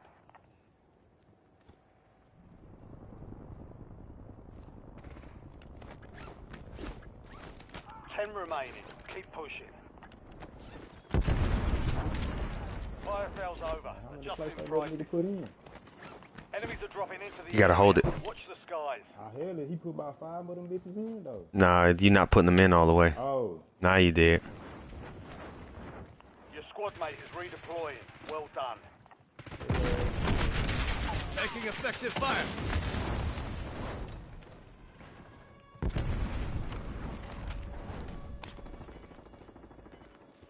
Five squads still operational in the AO.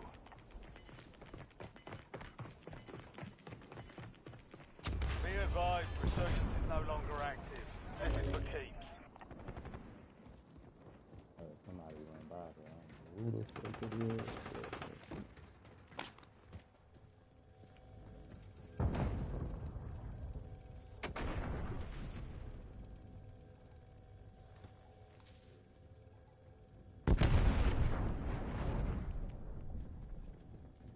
You up here, man.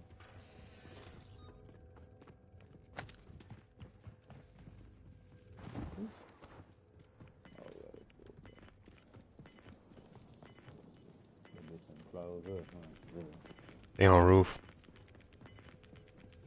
How you be knowing what it means? Head to the safe zone. You can hear them. Gas is inbound.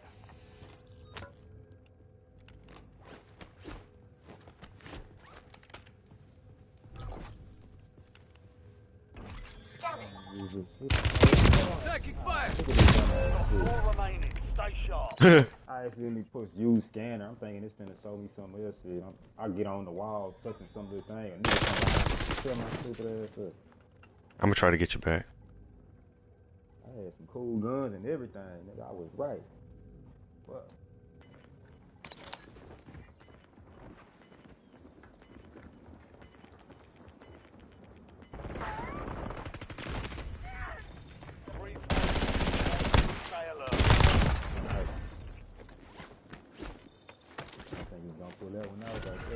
Secure the supply boxes.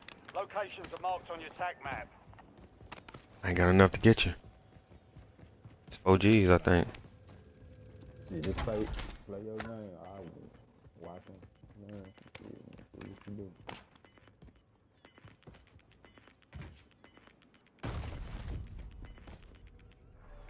You're losing ground. Moving. Supply box secured. Move to the next one. Oh, that sucks. I found them together. That's why I was like, damn, this must have been your shit.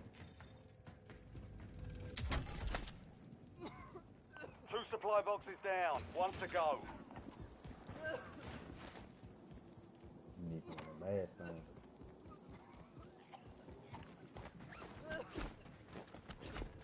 Still ain't got enough to get you.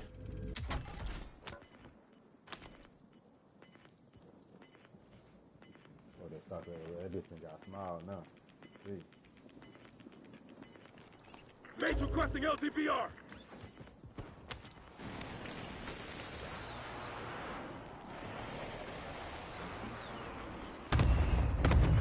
Gas is inbound.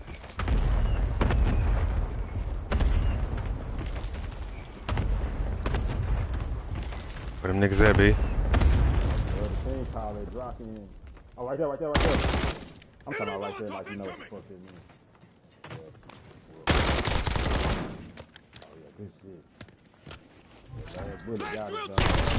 Contract failed. Fucking lesson yet? It's been lost. Partner probably closed up.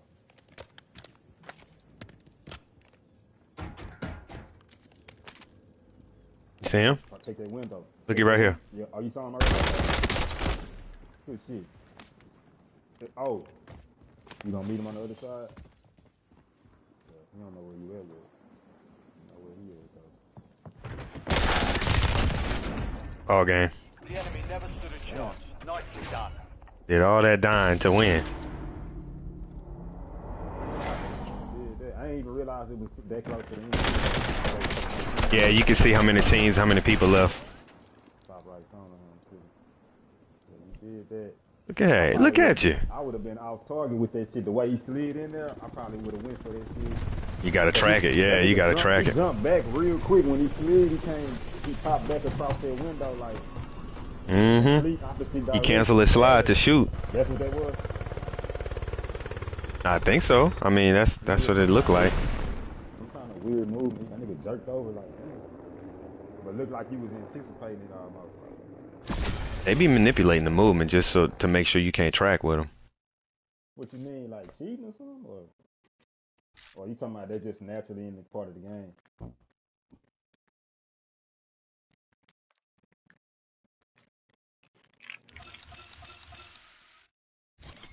Nigga gave me a win. He gave me a win at other time.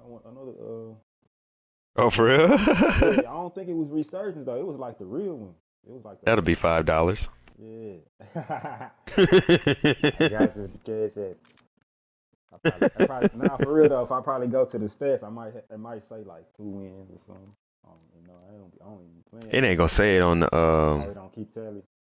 Not from the old version. It will for this one. It might. I don't know. I don't think they carry over because that was 2019 game. Combat record. Ain't that? Yeah, that's what it's called. Yeah, combat record. That's what it is. Alright. Black Ops Battle Royale. One game played. Your first game you won. Oh no, not Battle Royale. Resurgence. R1. Resurgence. Oh yeah, placement 1 win. Okay. But on the Battle Royale, I got 0. It says I played 1 game, 0 wins. I don't even remember playing that shit. We died. We had like 2 or 3 games, and we died in all of them. Okay.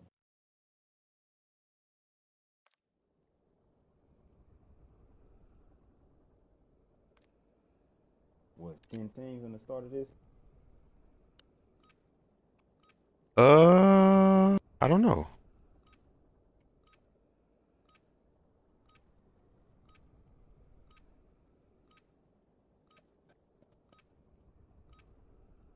Enemy dropping into the AO. Check weapons here for hostile deployment.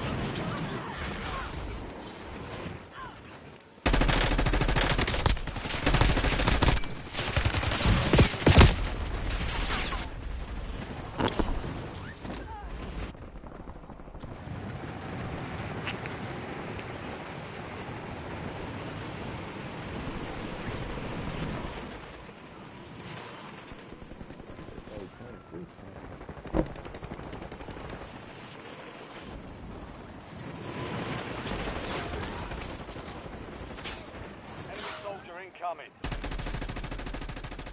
All stations, we are green to go. Stand by for deployment. Alright, we're gonna drop at the same spot.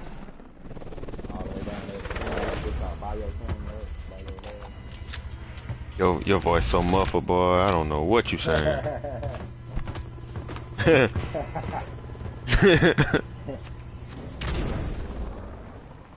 Your microphone got you sound like you in the other room. Let me see if I can turn it off. I don't think it is, bro. It might be in the game settings to change your microphone threshold or something, but it's too late to go in the game settings right now. We at war right now. Yeah. I think it ain't make my voice louder, but it made the shit louder in my ear though. Yeah.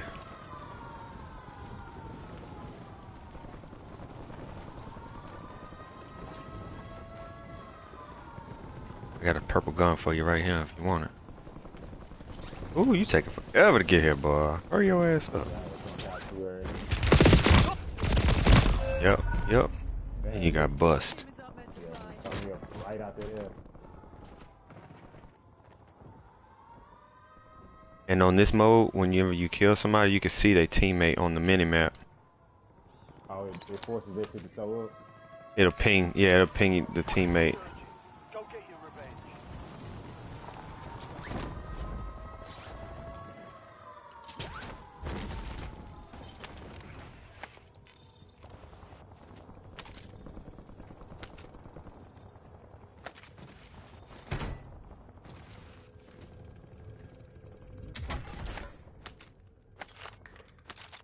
25 are still active in the AO.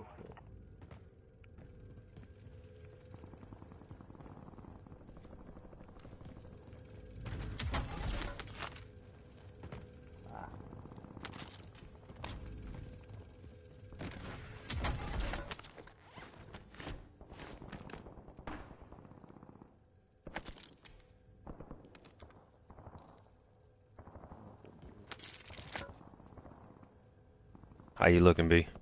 I got a purple shotgun. Shotgun's not all that good at this mode, but they'll get you something close range though. Oh, I got a red X-info. Or is that purple? That's what's up. Red, whatever. Yeah, that's your loadout.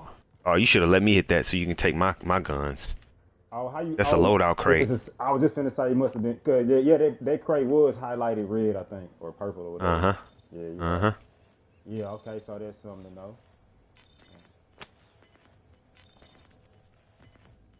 Enemy UAV is online. Enemy advanced UAV is active. Friendly loadout drops on the way. Some of your squad is outside the safe zone. What you got going over there, kid? I see you down. Oh, It's a loadout, but you don't have a loadout. I see what you're doing. Yeah, no. I got a gas mask. You want it on top of the building? I already got one. Nigga, I got all the supplies. That nigga crazy. You don't fuck around. What you just got it through that box you had just? Hey look up here. I found it somewhere. You see my screen? What I'm looking at? Yeah, that's a weapon trade in. Don't fuck with that, huh? Matter of fact, If you want to, you can trade it in. Cause I bought the loadout. What is this, man? If I shoot, that's a perk. Get this perk. Get that perk. I already got that. I got that exact one. Okay. Hey, if I shoot, do we give up our location? If you're not, hold on. Trying to kill him. Do your shit. If you're not muzzled, it will. I killed him. Okay, well I ain't gonna. I'll be trying to. Whoa, he up here. They say I can't fucking crouch here. He might be coming to the other side. I'm wrapping around. Yep. I got the fuck out. I got him. Nigga. I got the fuck out of there. Okay, I killed him. Good, cause I was like, man, you just say I just need to. He ain't got time for that. Yeah, I'd rather stay alive. You know what I'm saying? No, for real. That's the way to play. And I went on around the side of that bitch. I found some purple shit in this bitch in the process, nigga. Additional target added while time remains. Purple shit? Purple XMG, and I got a red X-info. That's the nigga that tried to kill us right there. I'm going after that. If I don't knock something down with this shit, though. I'm about to go push. He at chemical. Alright, hold on. Where the fuck is you at? You ziplining or something, nigga? Yeah, okay, I zipped over here. I'm like, I he in that building right there. Yeah, I know. I see him. I'm waiting for him to come out. I'm baiting him. He's still in that little window area. That ain't telling me shit. But yeah, you right directly over him. I know. I'm looking at the camera right now. I know where he at. Give me comms so I can hear his footsteps. All bounty targets destroyed.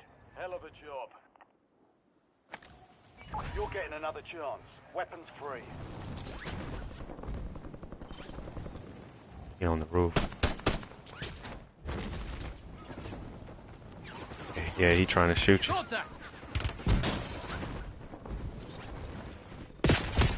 I feel right into it.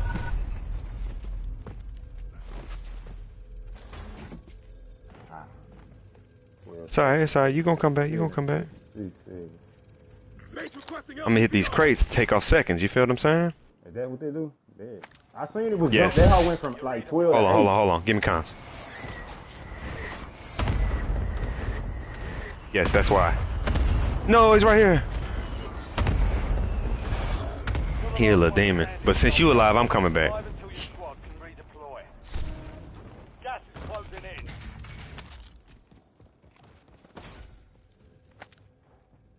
Hit that crate on the ground to your right. Okay. Alright. Your squad mate's back on station. Good work.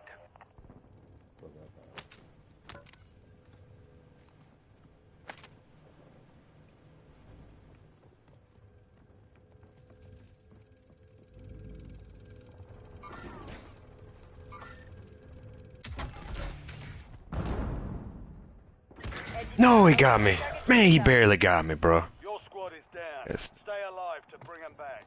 Oh, he hit the thing. 16 rounds, out. Incoming LDBR.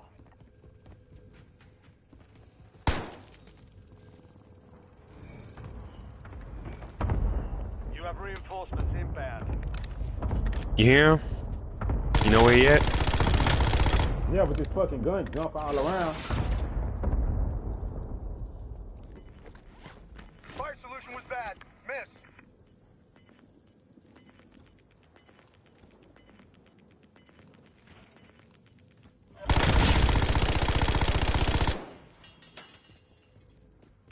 Enemy UAV overhead. Fire sale active. Buy station prices have been reduced.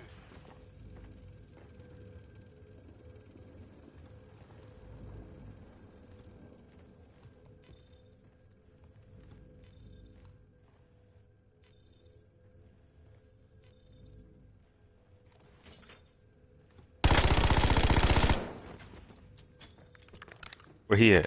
In this building. Underneath with you? Yeah. Good stuff. Good stuff. Where you at? Where you He at? sucks. Oh, boy. Nigga. Hey, you want that gun? I got guns. I'm good. I'm good. I know. How you got on me like that quick? I was like, damn. This nigga had some shit, bro. Whoever this nigga was. Had some cool shit. I got a sniper and everything. I got everything I need, baby. We in the thing closing up. Oh, I'm not trying to get it up. Yeah, take my money and go buy a self-revive. Take my money, go to that buy station, get a self-revive. Where the buy station is? Right there, I pinged it.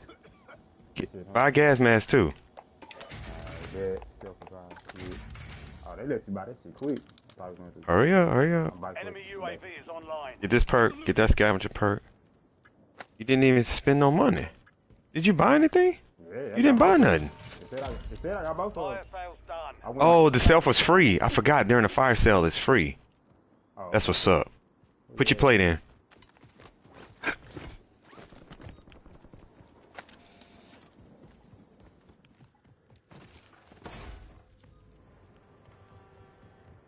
Oh, what's all?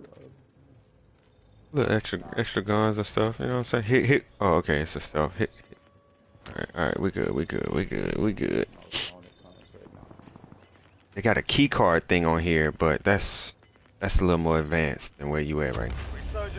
It's like a challenge. It's like one of them challenges. Whoa. He up the top right here. Right here. That's him. Same dude. He's behind us? He on top of this building. Red ping.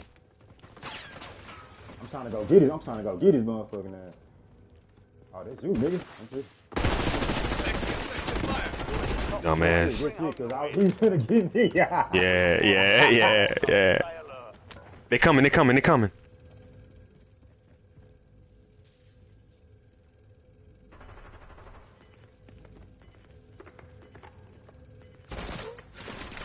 No, he got me.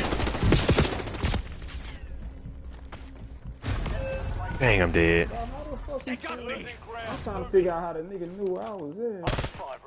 Bro, he was just driving. Hey, did you see my screen just now? Bro, that nigga was just shooting through the wall like he knew I was there. They probably knew because when they kill me, they see you on the mini map. Okay, cause he ain't even try to go around the wall at all. He was just shooting all the way through that. Like, oh, this shit look weird. Like he. Hey, I'll be right back. I need to go use the restroom. Do your thing. All right.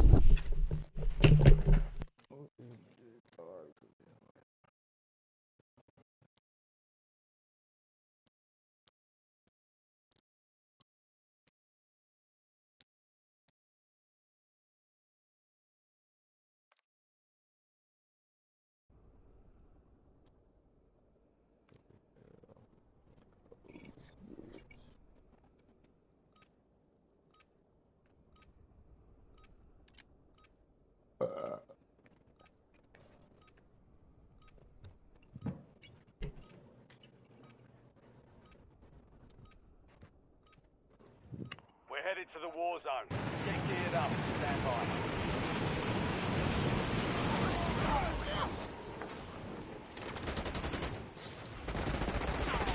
Enemies are dropping into the area. Watch your skies.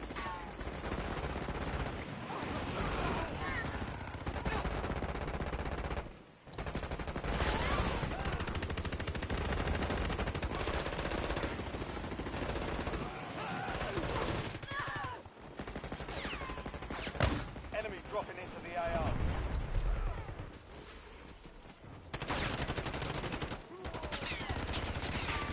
Playtime's over. Stand by for deployment to the war zone.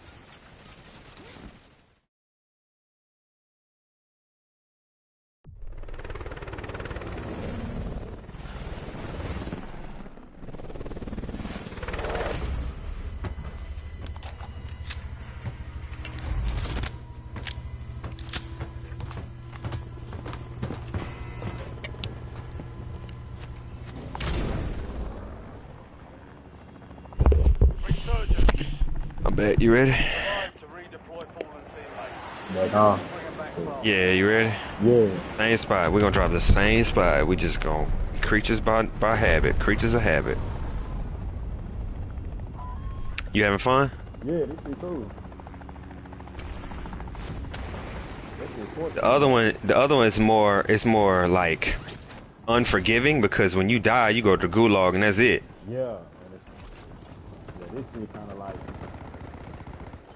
the arcade version almost, but not. Dang, he got me. Get away, get away. Don't go there with enemies, cause if you die, we both die. Okay, you right. Hit the crates. I took the fuck out with it. Alright, I'm coming to you. I'm gonna jump on this building. Why I can't get this hoe? Ah.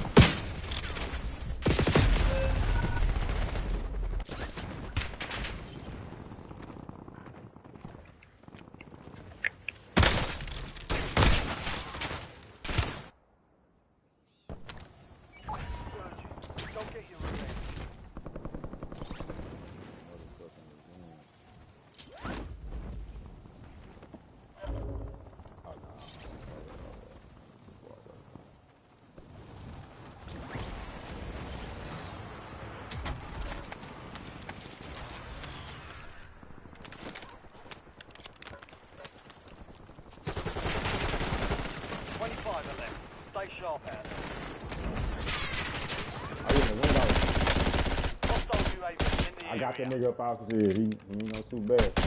That's what's up. Put your plate in. I know I can't kill him, but I know I can make him back up, man. Oh, you can kill him. You can kill him. You just gonna get better and better. You a gamer, son. Ain't no hole out here. I don't know if that was the right gun to do it with from that distance.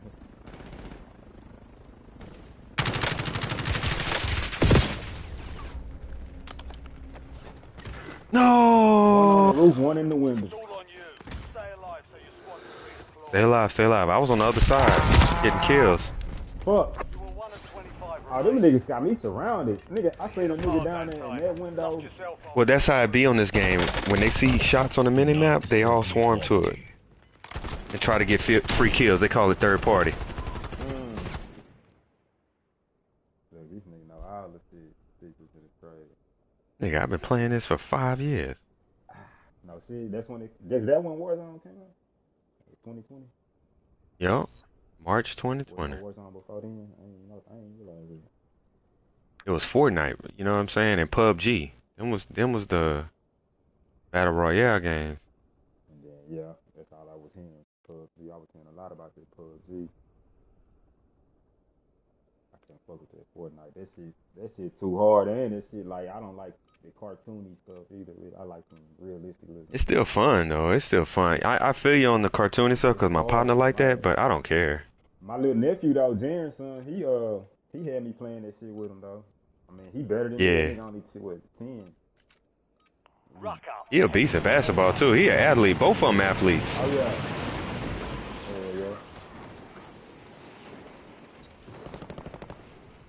And TT, she what? She in like 8th grade or something, huh? She the 9th now. Oh! Slow down, time. Slow down. Yeah. What grade your daughter in? Huh? What grade your daughter in? Like first? Second? Second? Oh. And then, And you know the school year almost over. They got a month left of school. 2 months. man. So is she like 7? She's gonna be. Man, she going to All the stations, 3rd we are grade. green to go. Stand by for deployment.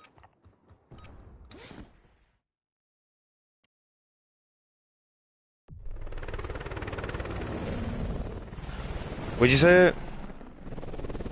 Now I was like, she finna go to the 3rd grade. It's live. I know, dog. It's going I by know. fast, huh? Yeah, bro. She was just a little Too baby. fast. Don't make me cry on the game while you streaming. Hey, the daddy and the daughter see it. I know how they be. It's different, dog. It's different.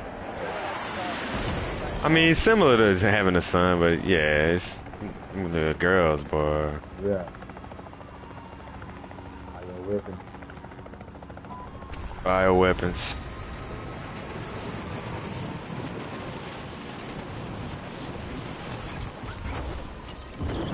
Enemies are dropping into the area. Watch the skies. Nigga dropped on the roof with me and got me. Yeah, it's all good. So you said if we did at the same time, that's automatic elimination? Yes. Alright, and then at a certain point throughout the game, you know, the circle shrinks. Like the 5th circle, I think, they turn that off. The resurgence. Oh, okay. So if you died in, you dead. Yeah, it's not like you did now. Yeah. Fuck, I try to come back on that same spot. Alright, I know what I Yeah, never go back to where you came. I know what I gotta do.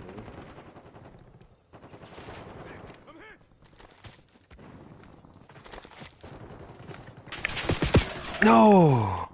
You came back? Yes. Right now. You barely came back, Nick.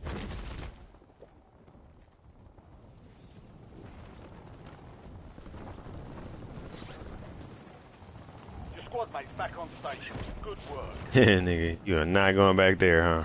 Yeah, nah. Follow me over here. Into the AO.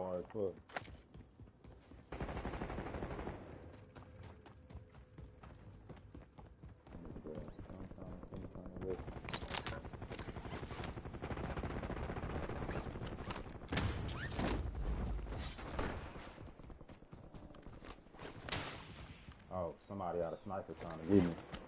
Get up, get up.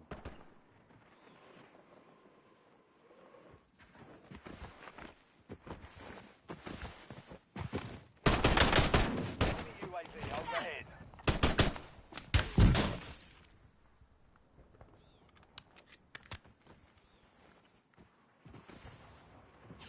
Enemy soldier incoming.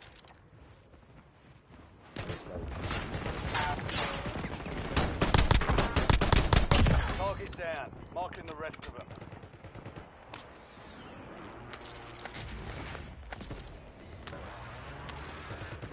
Your squad's in the safe zone. You've got gas moving in. 25 remain. Solid work so far.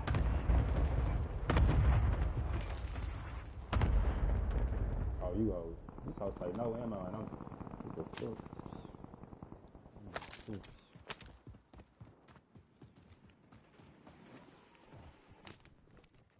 Enemy UAV is online.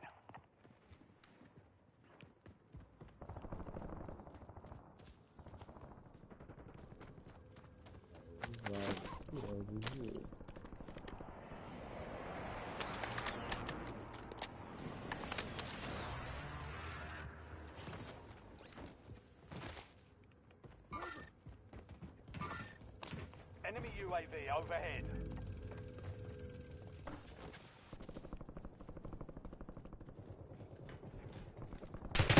Oh boy. What? Hey, we on the right mind. We got the right mind though. I wasn't watching the map. I just. Alright, on the other side of this jailhouse. Friendly loadout drops on the way.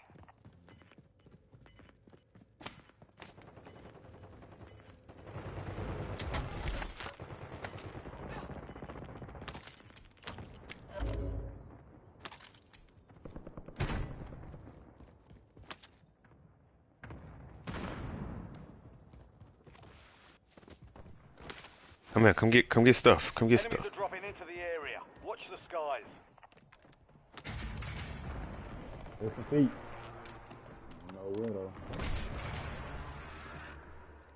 You want this gun though? We've got 10 squads active in the field.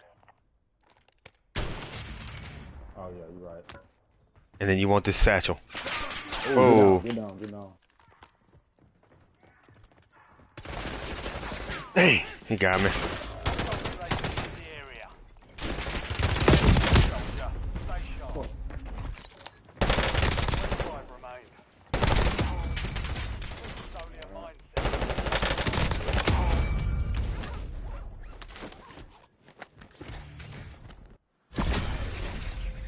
I got one more in me.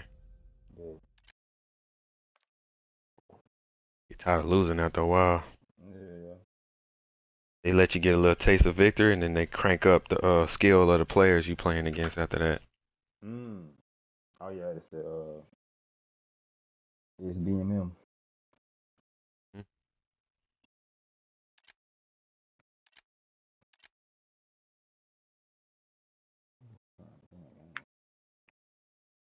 Oh.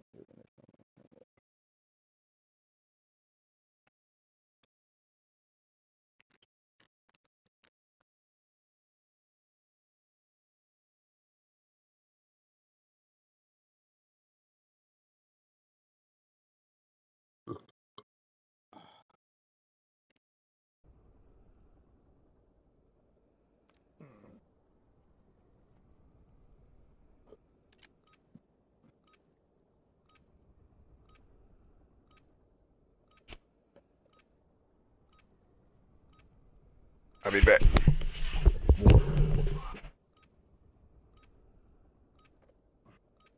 Check your gear and weapons.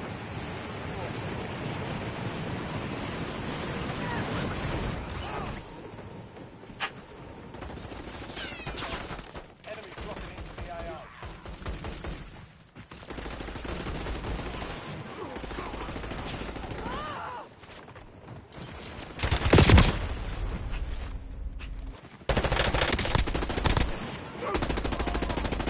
Dude, go get me that vacuum cleaner from upstairs.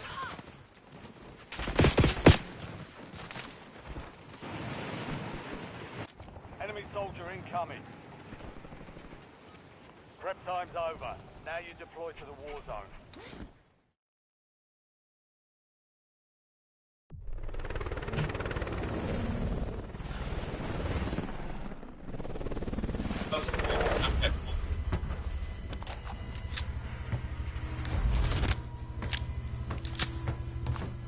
The handle. Hi, B. Here we go. Let's do it again. Resurgence. Survive to redeploy fallen teammates. So resurgence is only this map? They used to have like 3 or 4 maps, but they only allow the game mode on this one currently. Enemies are dropping into the area. Whoa.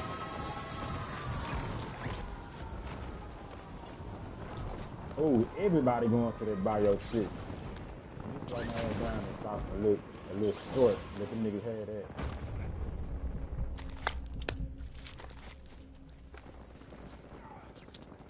I'm not done yet.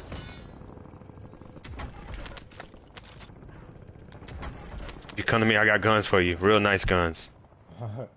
Niggas like, nigga, I'll probably be die coming up, but I'm coming in. Enemy UAV overhead.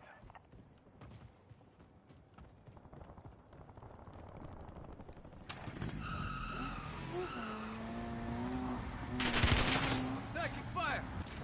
Yeah, come to me, come to me. You're almost there. Nigga got my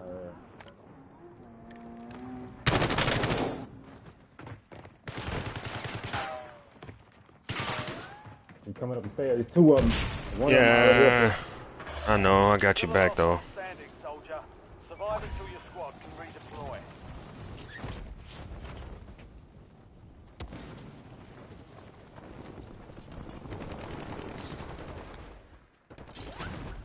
You have reinforcements inbound.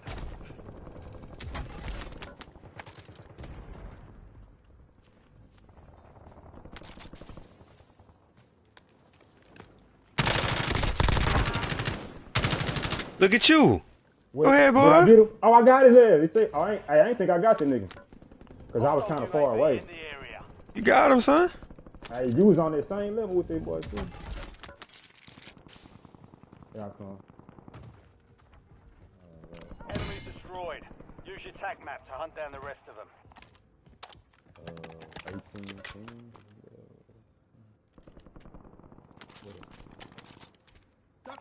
That's the best gun in the game right now. Put your plate in. Put your plate in.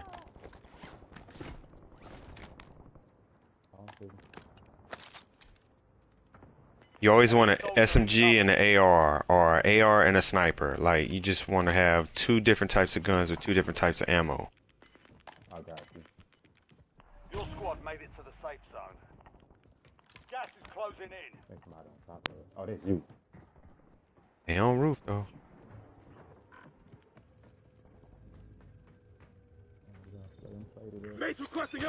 Oh, no. On you. Stay alive so your squad can redeploy.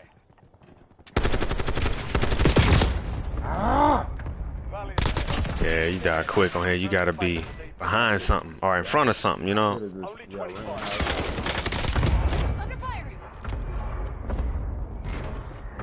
Alright, cuz. I'm about to play NCAA. We'll get on this show again another time. Yeah, for sure. I like the resurgence mode. Yeah. It's fun, ain't it? Yeah, that's it. Practice in the meantime. Get your loadouts. Yeah, I need to go set this shit up. It's gonna let me get my shit how I had it on multiplayer, like everything, the attachments and all that shit. Yeah. I thought they can maybe unlock it over here or something. Like damn. Alright, I'm finna set this shit up. And the perks. Oh yeah, I forgot about all that. But they have defaults though, where you don't have to choose your edited loadouts. You can use the defaults, and they have attachments and stuff to it. You just have to hit R1 when you go to the screen that you're choosing your loadout for. Oh, okay. This how trying to start a new game, bro. I think. Oh, that's not on me. I left the party. Oh, okay. Let me get the fuck out of here. Yeah, I left this shit. All right. Practice though. Yeah. All right, man. I'm gonna stay on your stream though. Oh, okay, good. All right, later.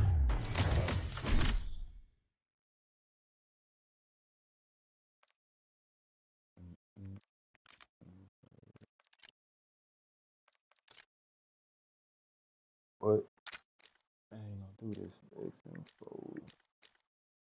But I ain't got them other ones though.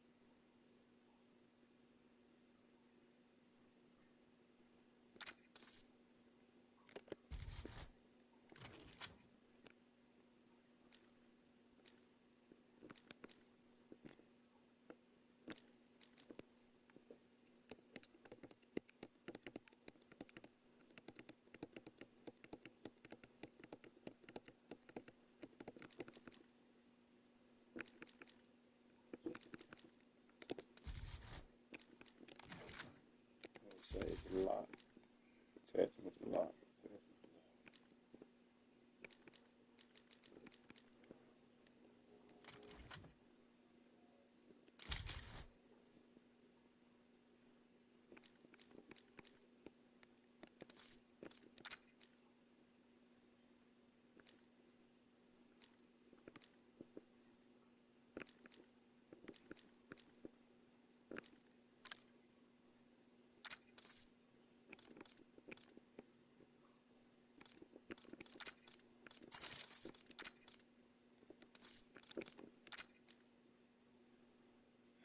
skateboard.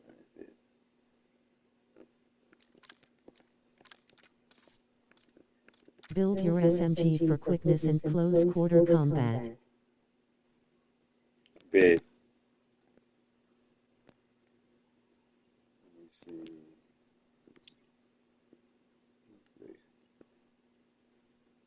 AR need to have steady aim and a lot of ammo reserves. Let me go back there.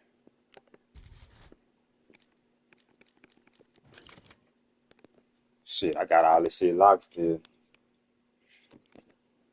Yeah,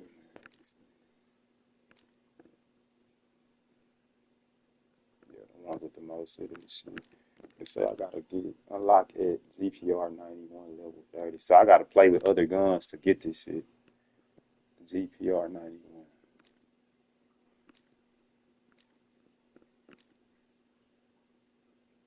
At GPR level 9. Damn.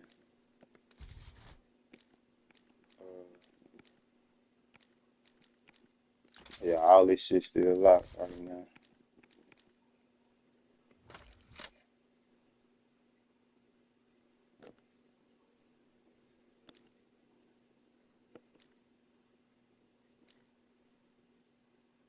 Use different AR. Use the AK-74.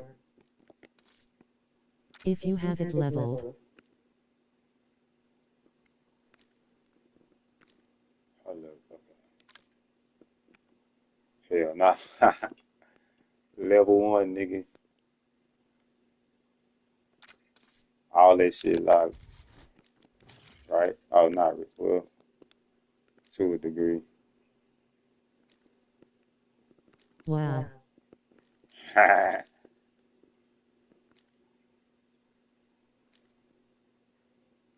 I've been running mostly just XM4, really.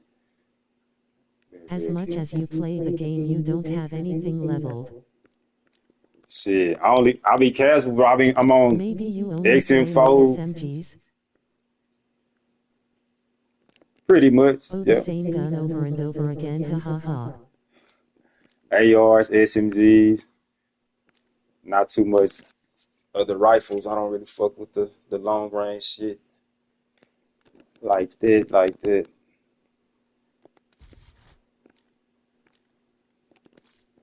What else? Just that bitch max weapon. Everything else that's unlocked. The highest is a level 3. And that shit ain't shit. Battle rifles.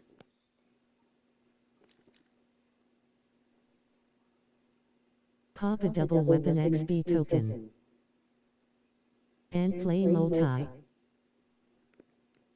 Yeah, that's the best thing. That's the fastest way to level them bitches up. Right. Let me see.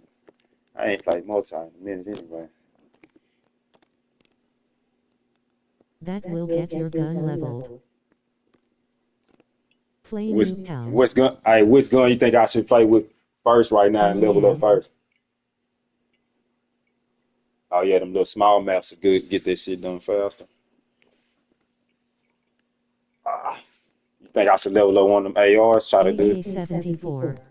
Alright. And KSF. KSV. Are them ARs or them SMGs? I know the AK-74 AR. Okay. Where I'm at.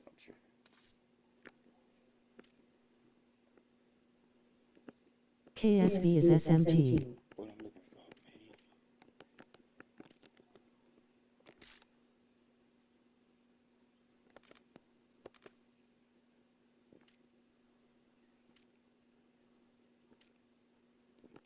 Bro, what am I looking for? Not Warzone.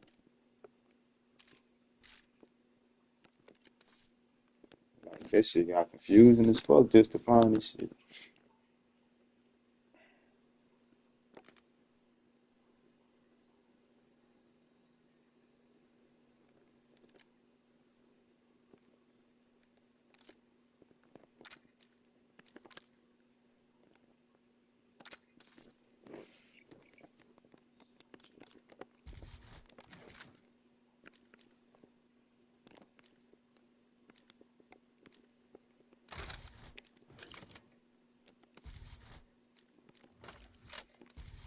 everything. Not one thing, man. Only thing I can put was an optic on it.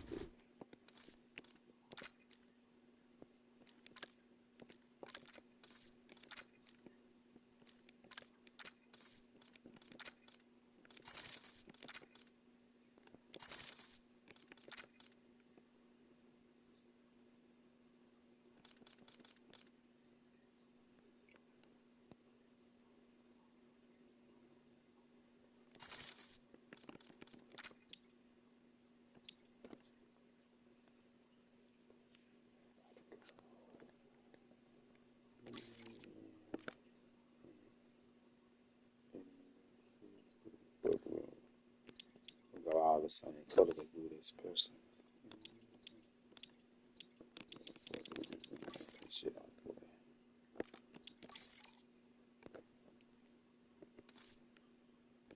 Enforcer. Killing enemy brings a temporary both to movement speed. Blah, blah, blah.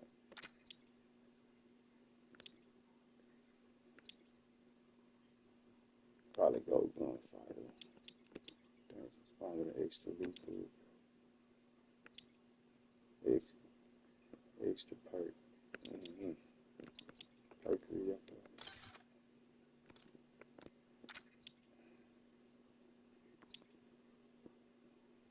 Greatly increase duration and tactical sprint.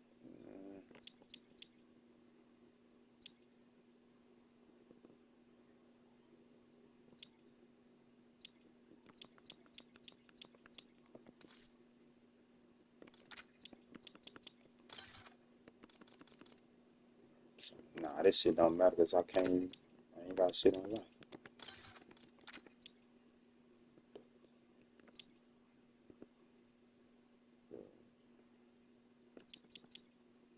Rules of the lake here. Some of the things.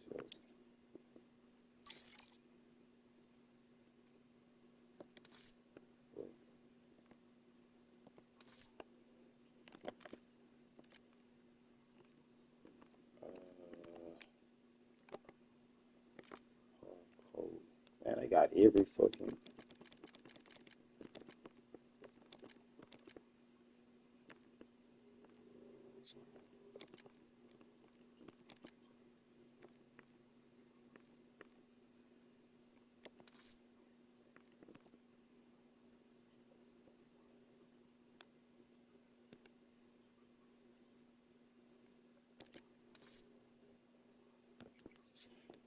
Play this shit a few times.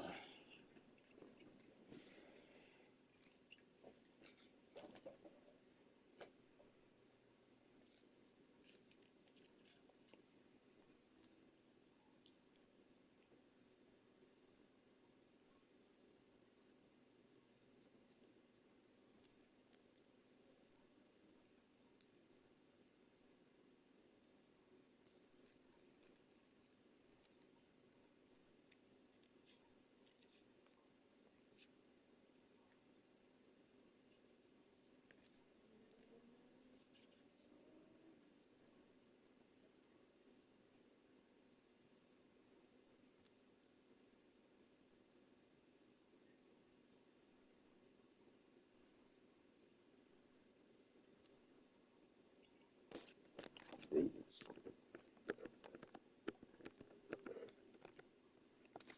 Okay.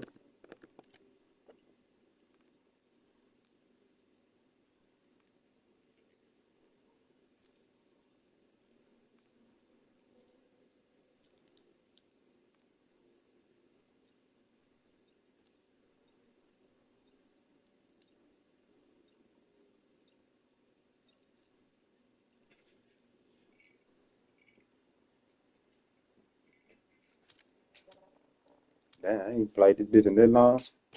This map wasn't even on there. Whatever the fuck this is.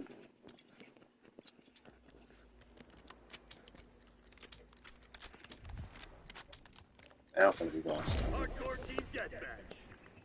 Neutralize all threats. You just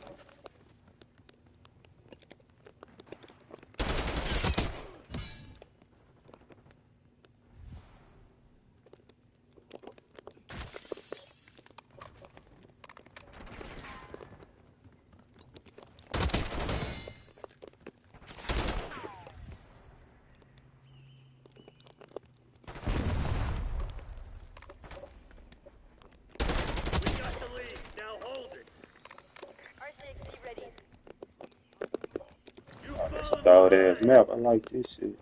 Oh.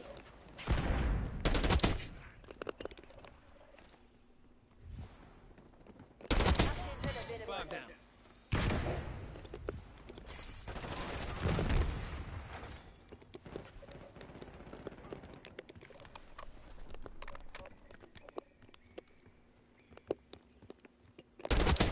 Effective shot.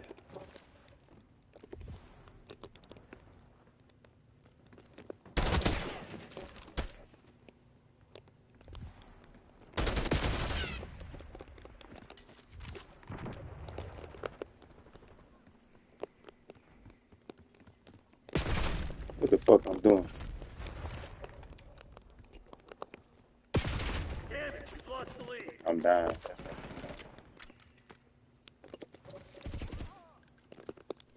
Hostile shooter. We've taken control.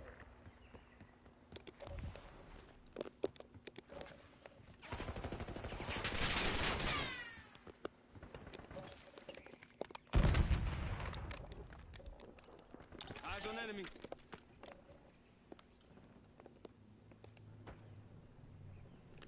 Come on, you're losing this fight. Nigga, you can't stop right there. You keep doing it. Same mistake. Why? Can't do that. Why?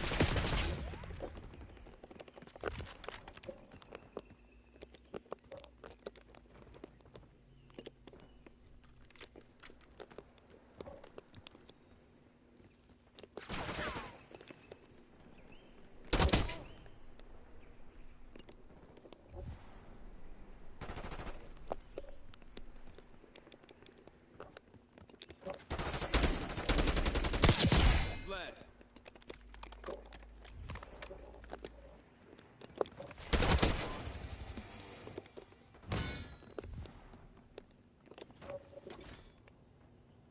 Hostile spot. Hostile shooter. Hostile grenade. Hostile flash. What the fuck is that? Man, this guy, that nigga kid.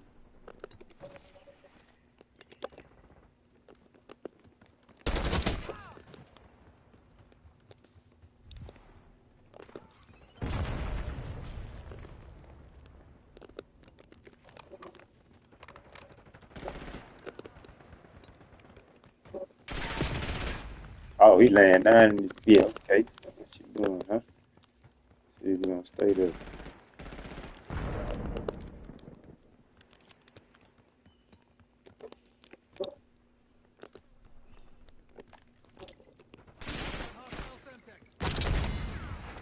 You're not gonna stay there.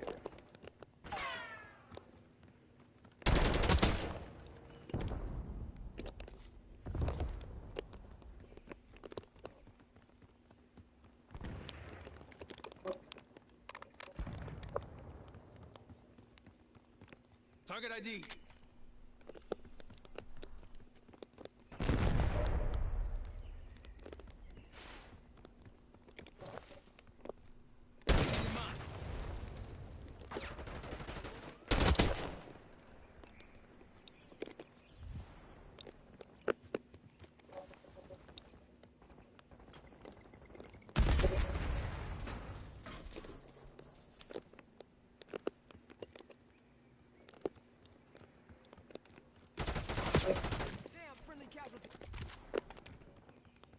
Maybe we on the same thing.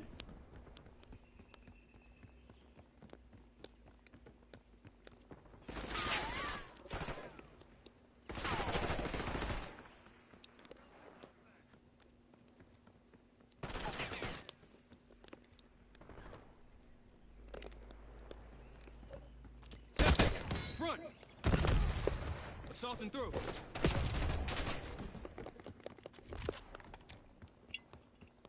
We're gonna make the nigga spawn.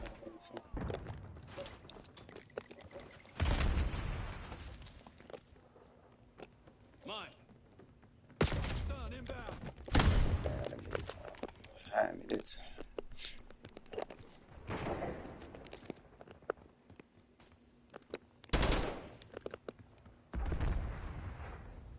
Threat. Ah, I can't believe this shit.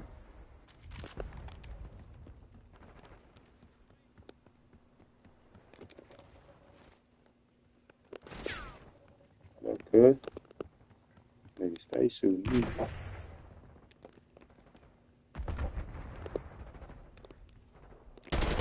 Stupid ass nigga.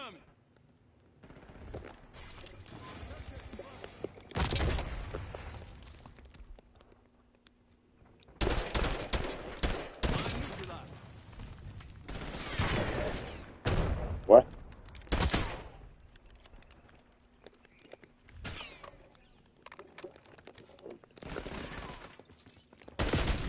I got you. Hey, everybody died. I need a medic over here. Oh, so that's how it is.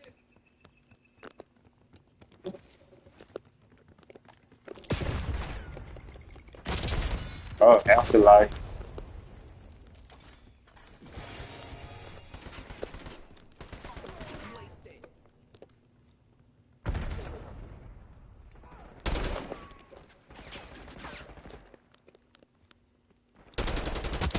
That's a kill.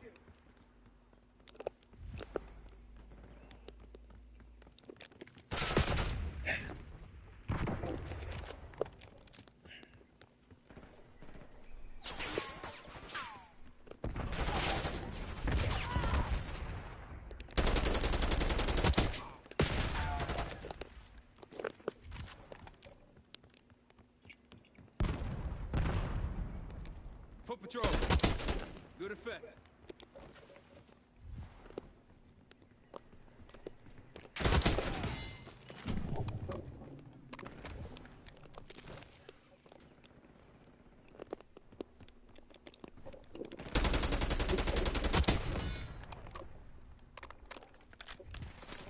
You're planning on giving up, do it now. If not, get to work.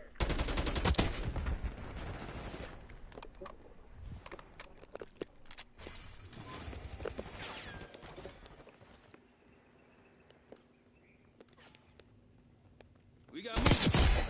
It's 5 in a row. Feet. Damn. Go dark. We'll pick you up later. It's Crimson's day. I did my part. Shit. The easy ass lobby.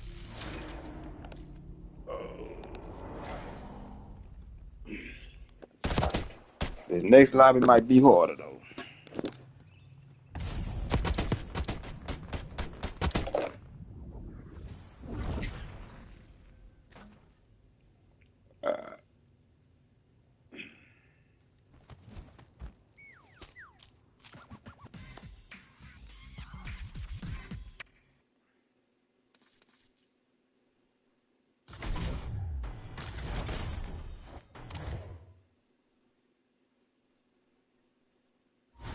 I ain't even turn on a double XP, nigga. I'm tripping. I'm just playing this shit.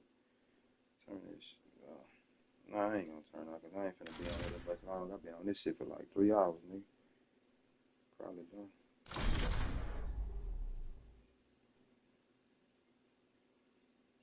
Let's see.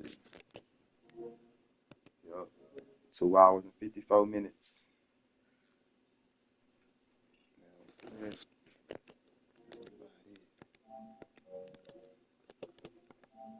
Alright, cuz.